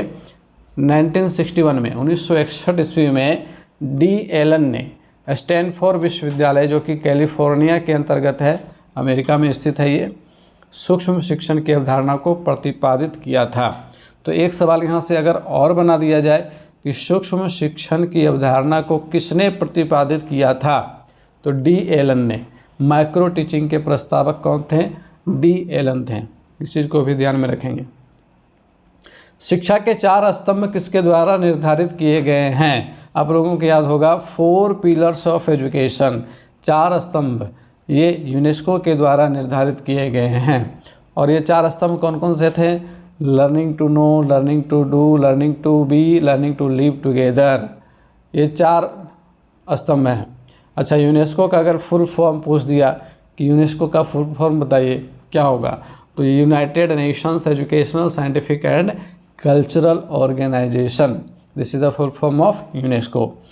ये इसके द्वारा सहस्रावधि की शिक्षा के लक्ष्य को निर्धारित करने हेतु एक आयोग गठित किया गया था, जिसे डेलर्स आयोग कहा जाता है। तो डेलर्स आयोग के report the 4 pillars of education learning the treasure with in, उसके अंदर शिक्षा के लक्ष्यों के ऊपर चर्चा की गई थी और 4 पिलर्स ऑफ एजुकेशन बताया गया था, ठीक है। तो 1996 में शिक्षा के 4 लक्ष्यों को आधार स्तंभ के रूप में बताया गया था।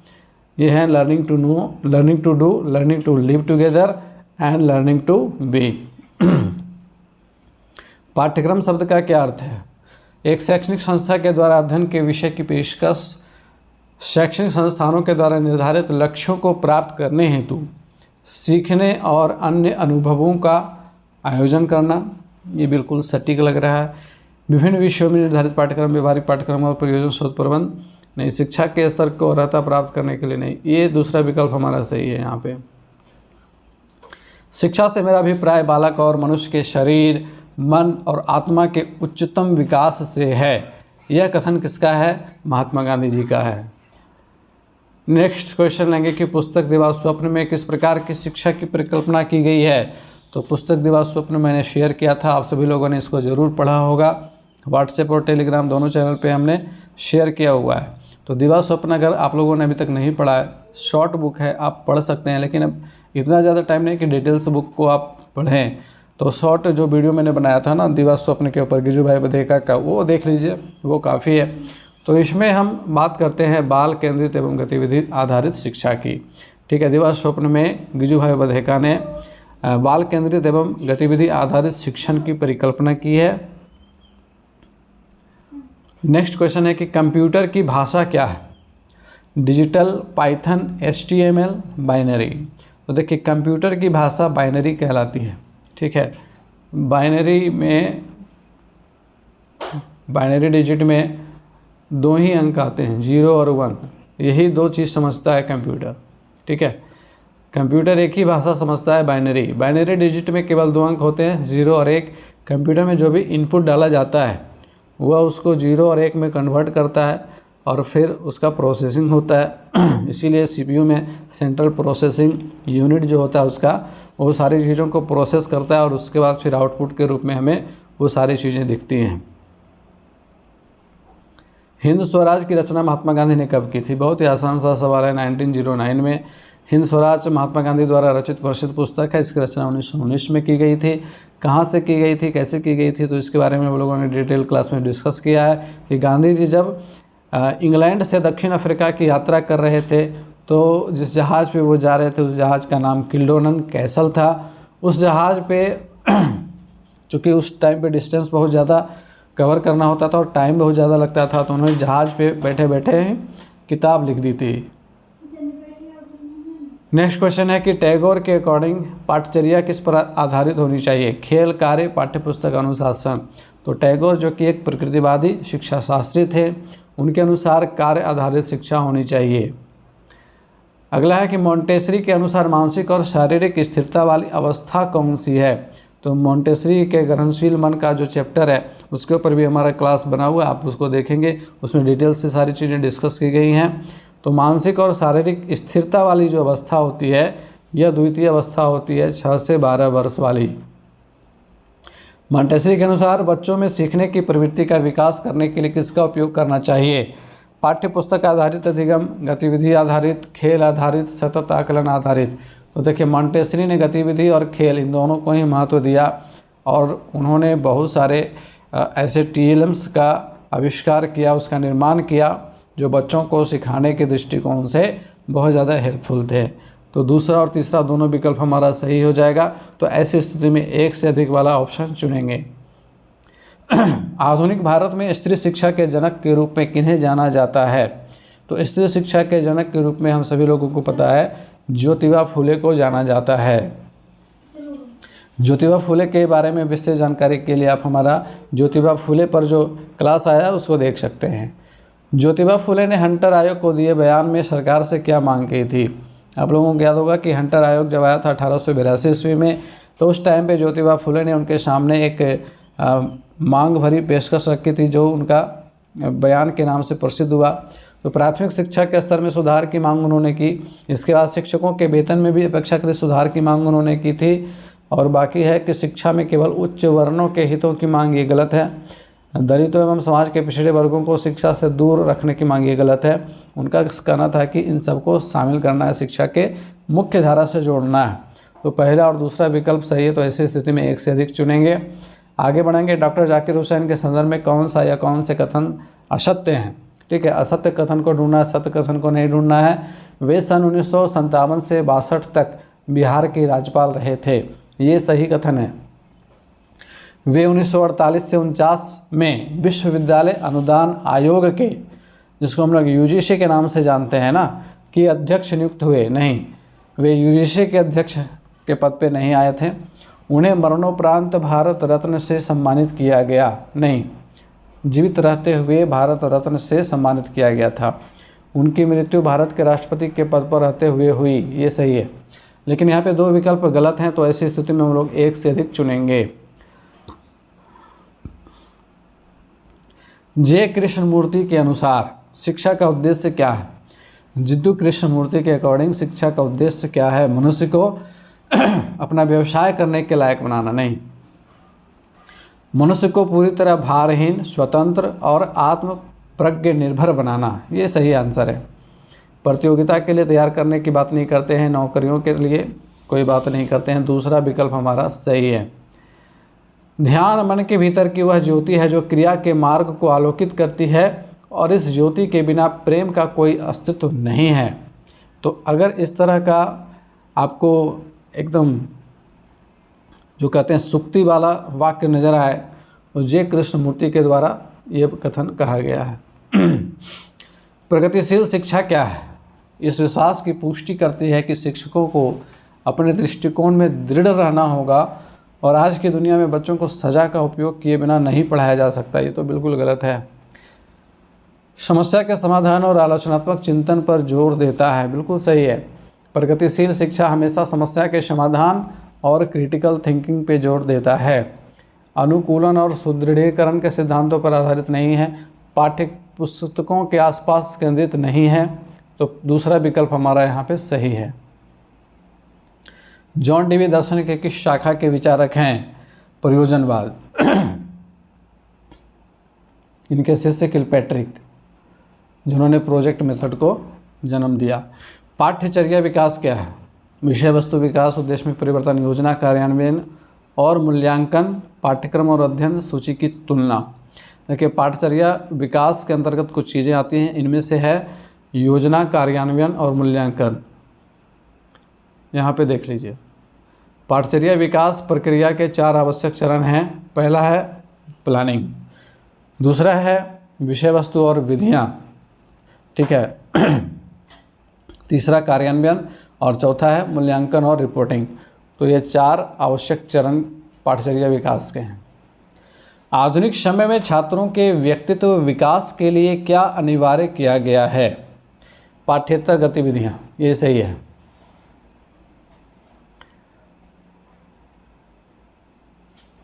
विकास के विभिन्न आयामों के संदर्भ में निम्न में से कौन सा कथन असत्य है? कल्पना करना, स्मरण करना, विचार करना, निरीक्षण करना, समस्या करना, निर्णय लेना इत्यादि की योग्यता संज्ञानात्मक विकास के फलस्वरूप ही विकसित होती है, ये सत्य कथन है। भाषा का विकास भी एक प्रकार का संज्ञानात्मक विकास है, सही है। भाषाई, मानसिक, संवेगात्मक, सामाजिक एवं चारित्रिक विकास विभिन्न आयु स्तरों में समान प्रकार से होता है, नहीं, विभिन्न आयु स्तरों में अलग अलग प्रकार से होता है, समान स्तर से नहीं होता, ये असत्य कथन है। क्रियात्मक विकास का अर्थ होता है व्यक्ति की क्रियात्मक शक्तियों, क्षमताओं या योग्यताओं का विकास, सही है। तीसरा विकल्प हमारे यहाँ पे सही हो जाएगा क्योंकि ये असत्य कथन है। समाजीकरण के संदर्भ में निम्न में से कौन सा कथन असत्य है? संस्कृति का हस्तांतरण भी समाजीकरण की प्रक्रिया के द्वारा होता है, सही कथन है। समाजीकरण के कुछ महत्वपूर्ण अभिकर्ता माता पिता, समवयस्क समूह, विद्यालय, धार्मिक संस्थाएं और जनसंचार माध्यम जैसे दूरदर्शन इत्यादि हैं, ये बिल्कुल सही है। ये सारे समाजीकरण के महत्वपूर्ण घटक हैं। पालने के तरीकों का प्रभाव बच्चे के समाजीकरण पर नहीं पड़ता है, ये तो गलत है। पालने के तरीकों का प्रभाव बच्चे के समाजीकरण पर पड़ता है, ठीक है। जिस तरह के परिवेश में बच्चे का पालन पोषण होगा उसका प्रभाव उनके समाजीकरण पर निश्चित रूप से पड़ता है। समाजीकरण का कार्य समाज में रहकर ही संभव है, समाज से अलग रह करके नहीं, ये भी सही कथन है। तो चूंकि असत्य कथन पूछ रहा है तो तीसरा ऑप्शन हमारा यहाँ पे सही हो जाएगा। एरिक एरिक्सन के किस मनोसामाजिक अवस्था को स्कूल की अवस्था कहा गया है? स्कूल की अवस्था आप लोगों को याद रखना है, श्रम बनाम हीन भावना, ठीक है, श्रम बनाम हीन भावना, इंडस्ट्री वर्सेस इन्फेरिटी। या तो वो स्कूल में जा कर के पढ़ेगा, नहीं तो फिर उसके अंदर हीन भावना घर कर जाएगी।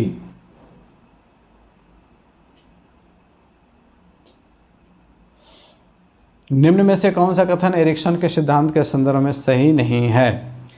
प्रत्येक मनोसामाजिक संकट धनात्मक तथा ऋणात्मक तत्वों से युक्त होते हैं, बिल्कुल सही है। दोनों पहलू होते हैं, पॉजिटिव और नेगेटिव। प्रत्येक मानव सामाजिक अवस्था में उत्पन्न संकट का निराकरण आवश्यक है, ऐसा ना होने पर अगली अवस्था में अपेक्षित विकास की संभावना कम हो जाती है, ये भी बिल्कुल सही है। प्रत्येक मनोसामाजिक अवस्था का निर्माण उसके पूर्वावस्था में हुए विकास से संबद्ध होता है, सही है। प्रत्येक मानव सामाजिक अवस्था एक दूसरे से भिन्न है, वह इसका एक दूसरे के ऊपर प्रभाव नहीं पड़ता है, ये गलत है, ये असत्य कथन है। प्रत्येक मनोसामाजिक अवस्था एक दूसरे से कनेक्टेड है, ठीक है, इंटर रिलेटेड है, और अगर एक कड़ी भी गड़बड़ा जाए तो अगली कड़ी जो है उसमें भी गड़बड़ी हो जाएगी। तो यहाँ पे चौथा ऑप्शन हमारा सही हो जाएगा। लगाव के सिद्धांत के प्रतिपादक कौन थे? लगाव का सिद्धांत जॉन बॉल्बी। नेक्स्ट, जॉन बॉल्बी के लगाव के विकास की किस अवस्था में शिशु अपनी माँ या पालनहार को पहचानने लग जाता है? लगाव निर्माण की प्रक्रिया, तीसरा ऑप्शन यहाँ पे हमारा सही होगा। लगाव निर्माण की प्रक्रिया। निम्न में से क्या संवेग नहीं है? मैकडूगल के 14 संवेग के बारे में आप लोग ध्यान में रखेंगे, ठीक है। 14 मूल प्रवृत्तियाँ और उससे उत्पन्न होने वाले संवेग। यहाँ पे देखिए भय संवेग है, क्रोध संवेग है, पलायन संवेग नहीं है। पलायन क्या है? मूल प्रवृत्ति है, मूल प्रवृत्ति। करुणा भी संवेग है, और पलायन का संवेग जो है वो भय है। भालू को देख करके बच्चे डर जा रहे हैं, इसका कारण क्या है? दैहिक परिवर्तन, दैहिक प्रतिक्रिया, संवेग, डर। पांचवा विकल्प संवेग है। भालू को देख करके बच्चे के डरने के पीछे संवेग है। मैकडूगल के अनुसार मूल प्रवृत्ति जिज्ञासा का संबंध किस संवेग से? जब जिज्ञासा की मूल प्रवृत्ति जागृत होती है तो उसमें उत्पन्न होता है आश्चर्य। तीसरा विकल्प हमारा सही है। निम्न में से कौन सी जन्मजात या आंतरिक अभिप्रेरणा नहीं है? भूख है, प्यास है, काम भी है, उपलब्धि की आवश्यकता नहीं है। जन्मजात ये नहीं होता है, यह बाहरी परिवेश में आने के बाद। 7 से 11 वर्ष की आयु के दौरान प्रमुख विशेषताएं और विकास परिवर्तन क्या है? ये आपका जीन पियाजे के संज्ञानात्मक विकास के चरण से संबंधित है। 7 से 11 आप लोगों को याद होगा। ये कौन सी अवस्था है? ये तीसरी अवस्था है, जिसको हम लोग कहते हैं मूर्त संक्रियात्मक अवस्था। इस स्तर पर बच्चे अहंकारी होते हुए चीज़ों के दूसरे के नज़रिए से देखने के लिए संघर्ष करते हैं। ये गलत है। उन्हें एहसास होता है कि उनके कार्यों से उनके आसपास की दुनिया में चीज़ें हो सकती हैं। नहीं, उनकी सोच अधिक तार्किक और संगठित हो जाती है, लेकिन फिर भी बहुत मूर्त होती है। कंक्रीट, चूँकि कंक्रीट स्टेज है ना, तो बहुत मूर्त होती है। सही है। एक सामान्य सिद्धांत से विशिष्ट जानकारी के लिए निगमनात्मक तर्क या तर्कशास्त्र का उपयोग करना शुरू कर देते। नहीं, ये जा कर के होगा आपका औपचारिक संक्रियात्मक अवस्था में, चौथे चरण में, तो ये भी नहीं होगा। तीसरा विकल्प हमारा यहाँ पे सही होगा। जीन पियाजे के नैतिक विकास के सिद्धांत की किस अवस्था के अनुसार बच्चे नियमों को दुनिया के ना बदलने वाले गुणधर्म मानते हैं? पहली अवस्था में, जिसको हम लोग कहते हैं प्रायत्त नैतिकता। पहला विकल्प हमारा यहाँ पे सही है। एक बच्चा तर्क प्रस्तुत करता है कि हिंज को दवाई की चोरी नहीं करनी चाहिए, वह दवाई जो उसकी पत्नी की जान बचाने के लिए ज़रूरी है, क्योंकि यदि वह ऐसा करता है तो उसे पकड़ा जाएगा और जेल भेज दिया जाएगा। कोलबर्ग के अनुसार वह बच्चा नैतिक विकास की किस अवस्था के अंतर्गत आता है? तो आप लोगों को याद होगा कि जो पहली अवस्था है, दंड एवं आज्ञा पालन अभिविन्यास वाला जो चरण है, वो इसमें सही होगा, क्योंकि बच्चा दंड और आज्ञा पालन ये दोनों चीज़ों को समझता है उस टाइम पे। तीसरा विकल्प हमारा सही हो जाएगा। कोलबर्ग के नैतिक विकास के कितने स्तर और कितने चरण हैं? तो हम लोगों ने इसका डिटेल एनालिसिस किया हुआ। 3 स्तर और 6 चरण हैं टोटल, 3-6 भरा जाएगा। प्रारंभिक बाल्यावस्था देखभाल एवं शिक्षा हेतु समेकित बाल विकास से जुड़े घटक में कौन शामिल नहीं है? आंगनवाड़ी शामिल है, बाल विकास परियोजना पदाधिकारी भी शामिल है, CDPO, DPO भी शामिल हैं, जीविका समूह शामिल नहीं है। चौथा विकल्प हमारा यहाँ पे सही हो जाएगा। भारत में ECCE की आवश्यकता क्यों महसूस की गई? सही कथन को चुनिए। बच्चों को बुनियादी साक्षरता और संख्या ज्ञान प्रदान करने के उद्देश्य से, बच्चों के कौशल विकास के उद्देश्य से नहीं। बच्चों, ये तो पहला विकल्प सही है, दूसरा गलत है। भारत में कुपोषण के दर को कम करने के उद्देश्य से, ये भी सही है। जीविका समूह को रोजगार के अवसर मुहैया कराने के उद्देश्य से नहीं। तो पहला और तीसरा ये 2 विकल्प यहाँ पे सही हैं। तो ऐसी स्थिति में हम लोग को एक से अधिक वाला ऑप्शन चुनना है। नई राष्ट्रीय शिक्षा नीति 2020 के अनुसार प्रारंभ के 5 वर्षों के लिए एक नवीन शैक्षिक रूपरेखा तैयार की गई है, जिसे किस नाम से जाना जाता है?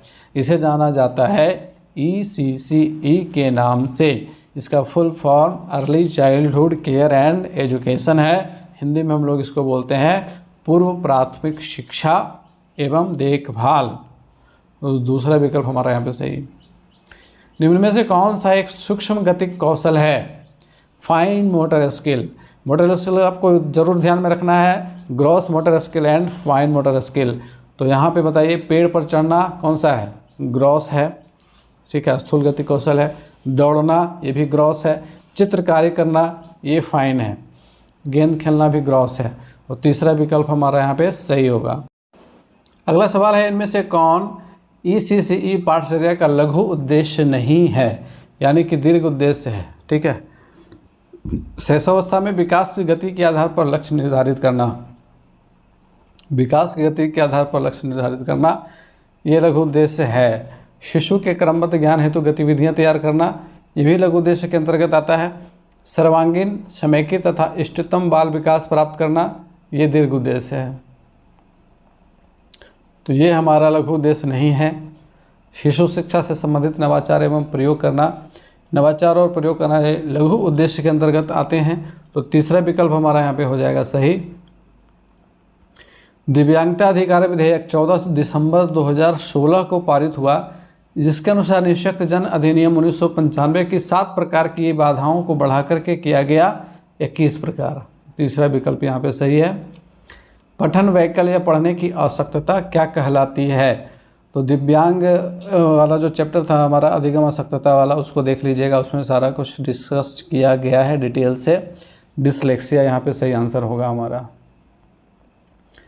राष्ट्रीय दृष्टिबाधितार्थ NIVH national institute for the visually handicapped संस्थान कहाँ स्थित है? देहरादून में। किसी खास संस्कृति या समाज विशेष के द्वारा उपयोग में लाई जाने वाली वस्तु जिनका उपयोग वर्ग में प्रत्यक्ष अनुभव के द्वारा अधिगम के लिए किया जाता है। देखिए, प्रत्यक्ष अनुभव के द्वारा अधिगम के लिए जिन वस्तुओं का इस्तेमाल हम लोग करते हैं वो रेआलिया कहलाती है।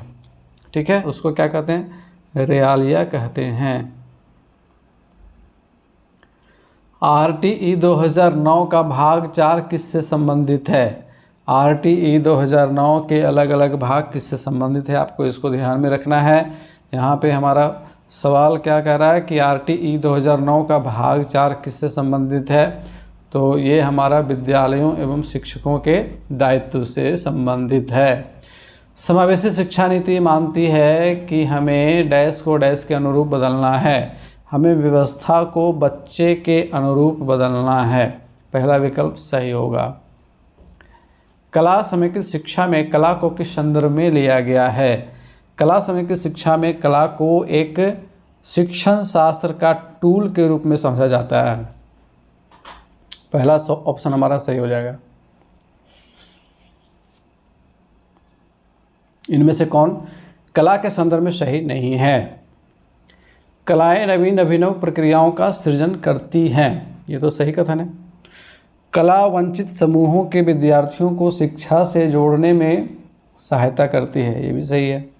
कला केवल संज्ञानात्मक क्षेत्र का विकास करती है, ये गलत है। कला से केवल संज्ञानात्मक नहीं बल्कि साइकोमोटर डोमेन भी सही होता है और अफेक्टिव डोमेन भी सही होता है। कला के माध्यम से हम बच्चों में भावनात्मक विकास भी अच्छे तरीके से कर सकते हैं। तो तीसरा संदर्भ में सही नहीं है, ये सही हो जाएगा। कला समेकित शिक्षा विद्यार्थियों की उपस्थिति में सुधार करने में सहायता करती है, भी सही कथन है। तो तीसरा हमारा सही हो जाएगा क्योंकि ये गलत है। प्राथमिक स्तर पर कला समेकित अधिगम का उद्देश्य नहीं है। समावेशी वातावरण में रहना सीखना, ये तो उद्देश्य है। अपनी भावनाओं को समझना और उन्हें नियंत्रित करना। अवधारणाओं के विभिन्न परिप्रेक्ष्यों का पता लगाना नहीं, अवधारणाओं के विभिन्न परिप्रेक्ष्यों का पता लगाना ये कला समेकित अधिगम का उद्देश्य नहीं है। सीखने के लिए आनंद और उत्सुकता का अनुभव करना, ये सही है। तीसरा हमारा सही हो जाएगा यहाँ पे। बाल केंद्रित शिक्षण के संदर्भ में कौन सा कथन असत्य है? शिक्षक की कक्षा में भागीदारी कम होना, नहीं, ये तो गलत है। शिक्षक की कक्षा में भागीदारी कम नहीं होती है। बाल केंद्रित शिक्षण में शिक्षक की भागीदारी और ज़्यादा बढ़ जाती है, यही तो असत्य कथन है।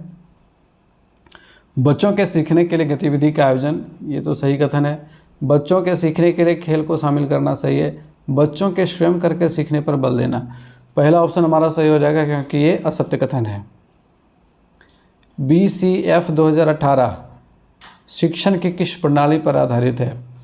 बिहार पाठचर्या की रूपरेखा 2008 शिक्षण की रचनावाद प्रणाली पर आधारित है। ठीक है, रचनावाद। निम्न में से कौन सी एक अच्छे शिक्षक की सबसे अधिक महत्वपूर्ण गुणवत्ता है? समय पालन और सत्यवादिता, सामग्री में श्रेष्ठता प्राप्त करना, सामग्री में श्रेष्ठता और प्रतिक्रियाशील, सामग्री में श्रेष्ठता और सामाजिक वृत्ति का होना। तो यहाँ पे देखिए चौथा विकल्प हमारा यहाँ सबसे अधिक महत्वपूर्ण गुणवत्ता वाला है। सामग्री में श्रेष्ठता यानी कि अपना सब्जेक्ट नॉलेज भी वो बहुत अच्छा से जान रहा है, और उसकी वृत्ति कैसी है? सामाजिक है। तो सामाजिक वृत्ति होगी तो वो निश्चित रूप से पंक्चुअल होगा, सत्यवादी होगा, ईमानदार होगा, अपने कार्य के प्रति उसमें डिवोशन होगा, डेडिकेशन होगा। तो चौथा विकल्प हमारा सही है। स्थितिजन्य नेतृत्व सिद्धांत के प्रतिपादक कौन थे? स्थितिजन्य नेतृत्व सिद्धांत के प्रतिपादक थे हर्षी तथा ब्लैंचर्ड। दूसरा ऑप्शन हमारा यहाँ पे सही है। CRC एवं BRC के संदर्भ में NCF 2005 का निर्देश है। इनका कार्य केवल प्रशासनिक भूमिका का निर्वहन करना है। नहीं, केवल प्रशासनिक नहीं है। इनका कार्य केवल विद्यालय से वांछित आंकड़ों का संग्रहण करना है। नहीं, इन्हें शैक्षिक परिप्रेक्ष्य में कार्य करने की स्वायत्ता दी जाए। सही। इनका कार्य विद्यालयों के अकादमिक मदद का है। सही। तीसरा और चौथा विकल्प सही है। RTE 2009 बिहार वाला, इसकी धारा 5(3) संसूचित करती है। तो RTE 2009 जो बिहार का है उसकी धारा 5(3) किसको संसूचित करती है? विद्यालय में मुफ्त एवं अनिवार्य शिक्षा उपलब्ध कराने के संदर्भ में समावेशी शिक्षा, हाँ, समावेशी शिक्षा के संबंध में। ये दूसरा विकल्प हमारा यहाँ पे सही है। देखिए धारा 5(3) क्या कहती है? राज्य सरकार स्थानीय प्राधिकार यह सुनिश्चित करेगी कि किसी बच्चे के साथ जाति, धर्म या लिंग के आधार पर विद्यालय में भेदभाव ना हो। SCERT के प्रमुख कार्य में शामिल नहीं है। SCERT, तो SCERT, NCERT, इन सब के जो प्रमुख कार्य हैं उनको आपको ध्यान में रखना है। प्राथमिक और माध्यमिक शिक्षा की गुणवत्ता में सुधार लाना, शिक्षक प्रशिक्षण संस्थानों का समग्र प्रबंधन करना, पाठ्यक्रम व पाठ्य पुस्तकें उपलब्ध कराना, मूल्यांकन हेतु परीक्षाओं का आयोजन कराना। तो देखिए मूल्यांकन हेतु परीक्षाओं का आयोजन कराना ये SCERT का कार्य नहीं है, ये आपका BSEB का कार्य है, बिहार स्कूल एग्जामिनेशन बोर्ड का कार्य है। तो SCERT का कार्य कौन कौन सा है?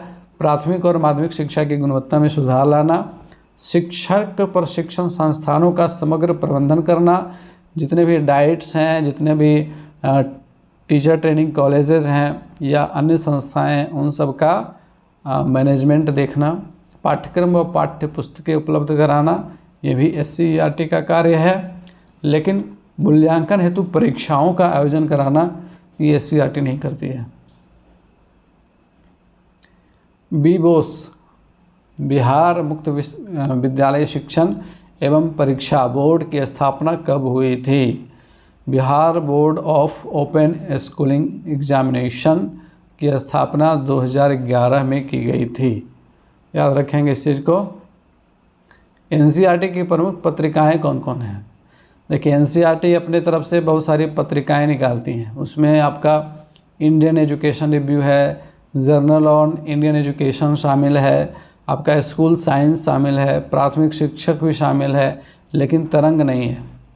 तरंग उसमें शामिल नहीं है। ठीक है, तरंग एक प्रतियोगिता है जो हमारे विद्यालयों में खेल एवं शैक्षणिक क्षेत्रों से जुड़ी हुई प्रतियोगिता है। ABCD हमारा सही ऑप्शन हो जाएगा पहला। CBSE के संदर्भ में कौन सा कथन सत्य नहीं है? शिक्षा संस्थानों को अधिक प्रभावशाली ढंग से लाभ पहुंचाना, ये सही है। निजी विद्यालयों को उचित मापदंडों के आधार पर संबद्धता देना, ये भी सही है। देश में निजी शिक्षा को बढ़ावा देना, ये सही नहीं है। नवोदय एवं केंद्रीय विद्यालय की परीक्षाओं का आयोजन करवाना, ये भी सही है। तीसरा विकल्प हमारा यहाँ पे गलत होगा। निम्न में से कौन है कि दृश्य सामग्री है? दृश्य सामग्री वो सामग्री हैं जिनको हम देख सकते हैं। ठीक है, श्रव्य सामग्री वो सामग्री होते हैं जिनको सुनते हैं। दृश्य श्रव्य वो होते हैं ऑडियो विजुअल जिसमें देखते भी हैं और सुनते भी हैं। तो ये डिफरेंसेस आपको ध्यान में रहने चाहिए। दृश्य सामग्री में आ जाएगा आपका सेक्सटेंट, रेडियो श्रव्य है, टेलीविज़न श्रव्य दृश्य दोनों है, ठीक है।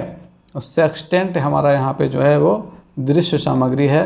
और शिक्षण अधिगम सामग्री वाला जो क्लास था हमारा, उसमें सारे जितने भी प्रमुख अधिगम सामग्री हैं उन सबके बारे में बताया गया है। अगर आपने नहीं देखा तो उसको एक बार ज़रूर देखिएगा, क्योंकि वहाँ से सवाल आपके बनेंगे।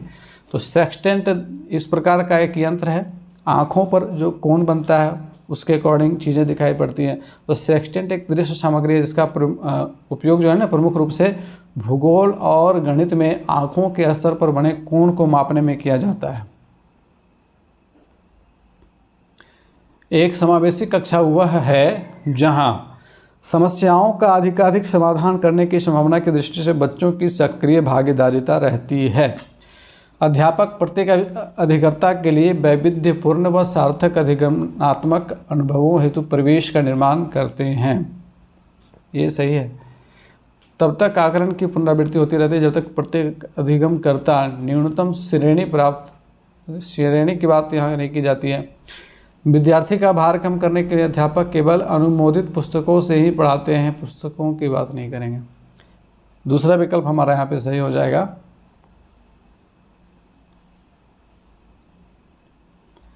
भारत की 2011 की जनगणना में लिंग अनुपात 2001 की तुलना में 927 से घटकर 914 हो गया। इसका सर्वाधिक प्रमुख कारण निम्न में से क्या हो सकता है? लैंगिक भेदभाव। ये पहला विकल्प ही सही है। लैंगिक भेदभाव के अंतर्गत ही ये सारी चीज़ें शामिल हो जाती हैं। स्त्री शिक्षा को बढ़ावा देना तो गलत हो जाएगा। स्त्री शिक्षा में कमी, स्त्रियों का खराब स्वास्थ्य। देखिए, लैंगिक भेदभाव में ये सारी चीज़ें शामिल होती हैं। स्त्री शिक्षा में कमी, स्त्रियों का खराब स्वास्थ्य, ये दोनों ही लैंगिक भेदभाव में चली जाती हैं। तो सर्वाधिक प्रमुख कारण यहाँ पे पूछ रहा है ना। अगर यहाँ इस तरह से रहता कि इसके कारण निम्न में से क्या हो सकते हैं, तो ऐसी स्थिति में हम लोग क्या करते? ऐसी स्थिति में हम लोग लैंगिक भेदभाव को भी सेलेक्ट करते, स्त्री शिक्षा में कमी को भी सेलेक्ट करते और स्त्रियों का खराब स्वास्थ्य को भी सेलेक्ट करते। और ऐसी स्थिति में हम लोग एक से अधिक वाले विकल्प को सही करते, ठीक है। लेकिन क्या करा कि सर्वाधिक प्रमुख कारण, तो आपको दिए गए विकल्प में से एक कारक को जो सर्वाधिक प्रमुख है उसको चुनना है। और चूंकि ये सारी चीज़ें स्त्री शिक्षा में कमी क्यों है? क्योंकि आप देखते होंगे हमारे समाज का ये नियम चला रहा है कि बच्चियों को पढ़ने के लिए नहीं भेजा जाता। अब क्या हो गया है कि अब बच्चों को पढ़ने के लिए भेजा जाता है। लेकिन अगर देखिएगा कि किसी घर में बेटा और बेटी, तो बेटे को प्राइवेट स्कूल में और बेटी को सरकारी स्कूल में। समाज की मानसिकता ऐसी है, क्या कर सकते हैं। लेकिन आने वाले टाइम में अभी ही हम लोग देख रहे हैं कि बच्चियों ने अपनी मेहनत के दम पर बच्चों को, लड़कों को बहुत पीछे छोड़ दिया है। चाहे किसी भी एग्जामिनेशन को आप उठा करके देख लें तो वहाँ पे लड़कियों का प्रतिशत बहुत ही ज़्यादा सुधार में आ रहा है। और ख़ास करके तो मैट्रिक बोर्ड एग्जामिनेशन हो, इंटर का बोर्ड एग्जामिनेशन हो, वहाँ पे टॉपर के लिस्ट उठा करके देख लीजिए, वहाँ पे लड़कियाँ ही ज़्यादा आ रही हैं। लेकिन अब ज़रूरत है समाज को कि आगे उच्च शिक्षा में भी लड़कियों को बढ़ावा देने की। तो यहाँ पे ये सारी चीज़ें जो है वो लैंगिक भेदभाव से जुड़ी हुई हैं। तो पहला विकल्प हमारा सही हो जाएगा। जेंडर क्या है? जेंडर सामाजिक संरचना है। तीसरा विकल्प सही है। शिक्षक वृत्तिक विकास एक ऐसी प्रक्रिया है जिसमें एक शिक्षक अपने कार्यों को निरंतर डैश करता रहता है तथा इससे प्राप्त अनुभवों से स्व ज्ञान का डैश भी करता है। रिक्त स्थानों में उचित शब्द भरें। अपने कार्यों को निरंतर दोहराता नहीं होगा। अभ्यास, विश्लेषित, परिमार्जन। स्व ज्ञान का डैश भी करता है। क्षय तो होगा नहीं इसके साथ, ये गलत हो गया, ये गलत हो गया। अभ्यास, संपोषण, विश्लेषित करता रहता है। हाँ, विश्लेषित करता रहेगा तभी तो संवर्धन होगा फिर आगे चल करके। हाँ, ये तीसरा विकल्प सही होगा। विश्लेषित करता रहता है और फिर इससे प्राप्त अनुभवों से स्व ज्ञान का संवर्धन करता है। तीसरा विकल्प हमारा यहाँ पे सही हो जाएगा। समता का अधिकार संविधान के किस अनुच्छेद में वर्णित है? समता का अधिकार संविधान के अनुच्छेद 14 से 18 में वर्णित है। संविधान के भाग 3 में अनुच्छेद 14 से 18 तक समता का अधिकार वर्णित है। एनसीएफ 2005 के अनुसार गणित की शिक्षा का मुख्य उद्देश्य क्या है? बच्चों को गणित की परीक्षा में अच्छे नंबर लाने के लिए तैयार करना। देखिए, अच्छे नंबर लाना, रटने को प्रोत्साहित करना, दंड देना, प्रताड़ित करना, ये सब जो है ना नेगेटिव पॉइंट्स होते हैं, तो इसको कभी भी सही नहीं कीजिएगा। दूसरा है कि बच्चे की गणितीयकरण की क्षमताओं का विकास करना सही है। गणित में अपने से ऊंचे वर्ग के सवालों को हल करने के योग्य बनाना, ये लक्ष्य नहीं है। जीवन की रोज़मर्रा की गणितीय समस्याओं के हल के लायक बनाना, बिल्कुल सही। तो दूसरा और चौथा ये दोनों विकल्प सही हैं और ऐसी स्थिति में हम लोग उपरोक्त में से एक से अधिक को सिलेक्ट करेंगे। यहाँ पे 2 कथन सही हैं। BCF 2008 इनमें से किन परिवर्तनों को संदर्भित नहीं करता है? शिक्षण से अधिगम को, अध्यापक केंद्रित से शिक्षार्थी केंद्रित को, सिर्फ पाठ्य पुस्तकों से सीखना को, विविध संभव स्रोतों से सीखना को, शिक्षार्थी स्वायत्तता से अध्यापक निर्देशित कक्षा को। चौथा विकल्प हमारा यहाँ पे सही होगा, क्योंकि ये तो उल्टा हो गया ना। अध्यापक निर्देशित कक्षा को शिक्षार्थी स्वायत्तता से संदर्भित किया जा रहा है, यहाँ पे उल्टा लिख दिया गया, तो यहाँ पे चौथा विकल्प हमारा सही हो जाएगा। अगला सवाल लेते हैं। बिहार पाठचर्या की रूपरेखा 2008 ने गणित में ठोस व्याख्या के साथ संकेतों के प्रयोग की अवस्था निर्धारित की है।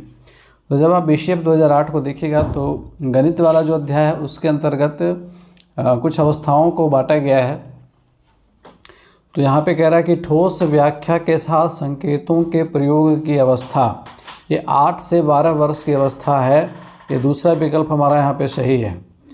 और देखिए, गतिविधियों का चयन बच्चों के सीखने की विभिन्न अवस्थाओं पर आधारित है और इनमें कुल 4 अवस्थाओं को डिवाइड किया गया है। शैशवावस्था 0 से 5 वर्ष, आंतरिक अनुभव की अवस्था 5 से 8 वर्ष, ठोस व्याख्या के साथ संकेतों के प्रयोग की अवस्था 8 से 12 वर्ष, अमूर्त तथ्यों की तार्किक अवस्था 12 से लेकर के 18 वर्ष तक। ये BCF 2008 में दिया गया है। BCF 2008 के अनुसार विवरणों की स्मृति को परीक्षाओं में अधिक अंक देकर पुरस्कृत किया जाता है, लेकिन यह शिक्षार्थियों के विश्लेषण कौशल को डैश करता है। रिक्त स्थान की पूर्ति उचित शब्द से करें। दृढ़ करता है, कमज़ोर करता है, मजबूत करता है, विशिष्ट करता है। तो देखिए, विवरणों की स्मृति को परीक्षाओं में अधिक अंक देकर पुरस्कृत किया जाता है, लेकिन यह शिक्षार्थियों के विश्लेषण कौशल को कमज़ोर करता है। ठीक है, स्मरण शक्ति के आधार पर जो हम बच्चों का आकलन करते हैं, दरअसल वह विद्यार्थियों के विश्लेषण कौशल को कमज़ोर बनाता है। अगला सवाल लेते हैं। प्राथमिक स्तर पर विज्ञान व सामाजिक विज्ञान को एक ही विषय पर्यावरण अध्ययन के तहत पढ़ाया जाता है। यह है विज्ञान शिक्षण का अध्यापक केंद्रित उपागम नहीं है। अनुशासनिक उपागम ये भी नहीं है। एकीकृत उपागम सही है, सामान्य उपागम नहीं है। तो विज्ञान शिक्षण, जैसे विज्ञान और सामाजिक विज्ञान अलग अलग सब्जेक्ट्स हैं। विज्ञान में भी अलग अलग आगे सब्जेक्ट्स हम लोग देखते हैं। सामाजिक विज्ञान में भी हिस्ट्री है, ज्योग्राफी है, पॉलिटिकल साइंस, इस तरह से। लेकिन प्राथमिक स्तर पर हम लोग क्या करते हैं, पर्यावरण अध्ययन नाम की एक पुस्तक है, उसी में सारा टॉपिक इंक्लूडेड है। तो यह एकीकृत उपागम कहलाता है। ठीक है, तीसरा विकल्प हमारा यहाँ पे सही है। और आज के इस क्लास के अंतिम सवाल पे हम लोग आ चुके हैं। 150वें सवाल पे आ चुके हैं। शिक्षण अधिगम सहायक सामग्री, शिक्षण अधिगम सहायक सामग्रियों की सापेक्षिक प्रभावशीलता का सिद्धांत किसने दिया? तो शिक्षण अधिगम सहायक सामग्री वाला जो चैप्टर हमारा था उसके ऊपर डिस्कशन किया गया है इस पॉइंट का। एडगर डेल उनका नाम था। एडगर डेल का अनुभव शंकु आप लोगों को याद होगा। एडगर डेल, इनका जन्म 27 अप्रैल 1900 ईस्वी को हुआ था। 8 मार्च 1985 को इनकी मृत्यु हो गई थी। यह एक अमेरिकी शिक्षाविद थे। उन्होंने शिक्षण अधिगम सहायक सामग्रियों की सापेक्षिक प्रभावशीलता का सिद्धांत दिया। एडगर डेल ने अपने सिद्धांत को एक शंकु के रूप में प्रस्तुत किया था, जिसे एडगर डेल का अनुभव शंकु कहा जाता है। कोन ऑफ एक्सपीरियंस या लर्निंग पिरामिड भी कहा जाता है। तो ये कोन ऑफ एक्सपीरियंस है, आप लोग देख सकते हैं। इसमें सबसे ऊपर रीडिंग है, लेकिन इसकी प्रभावशीलता सबसे कम होती है। इसकी प्रभावशीलता जैसे जैसे हम लोग बेस की ओर बढ़ते हैं वैसे वैसे इसकी प्रभावशीलता बढ़ती है।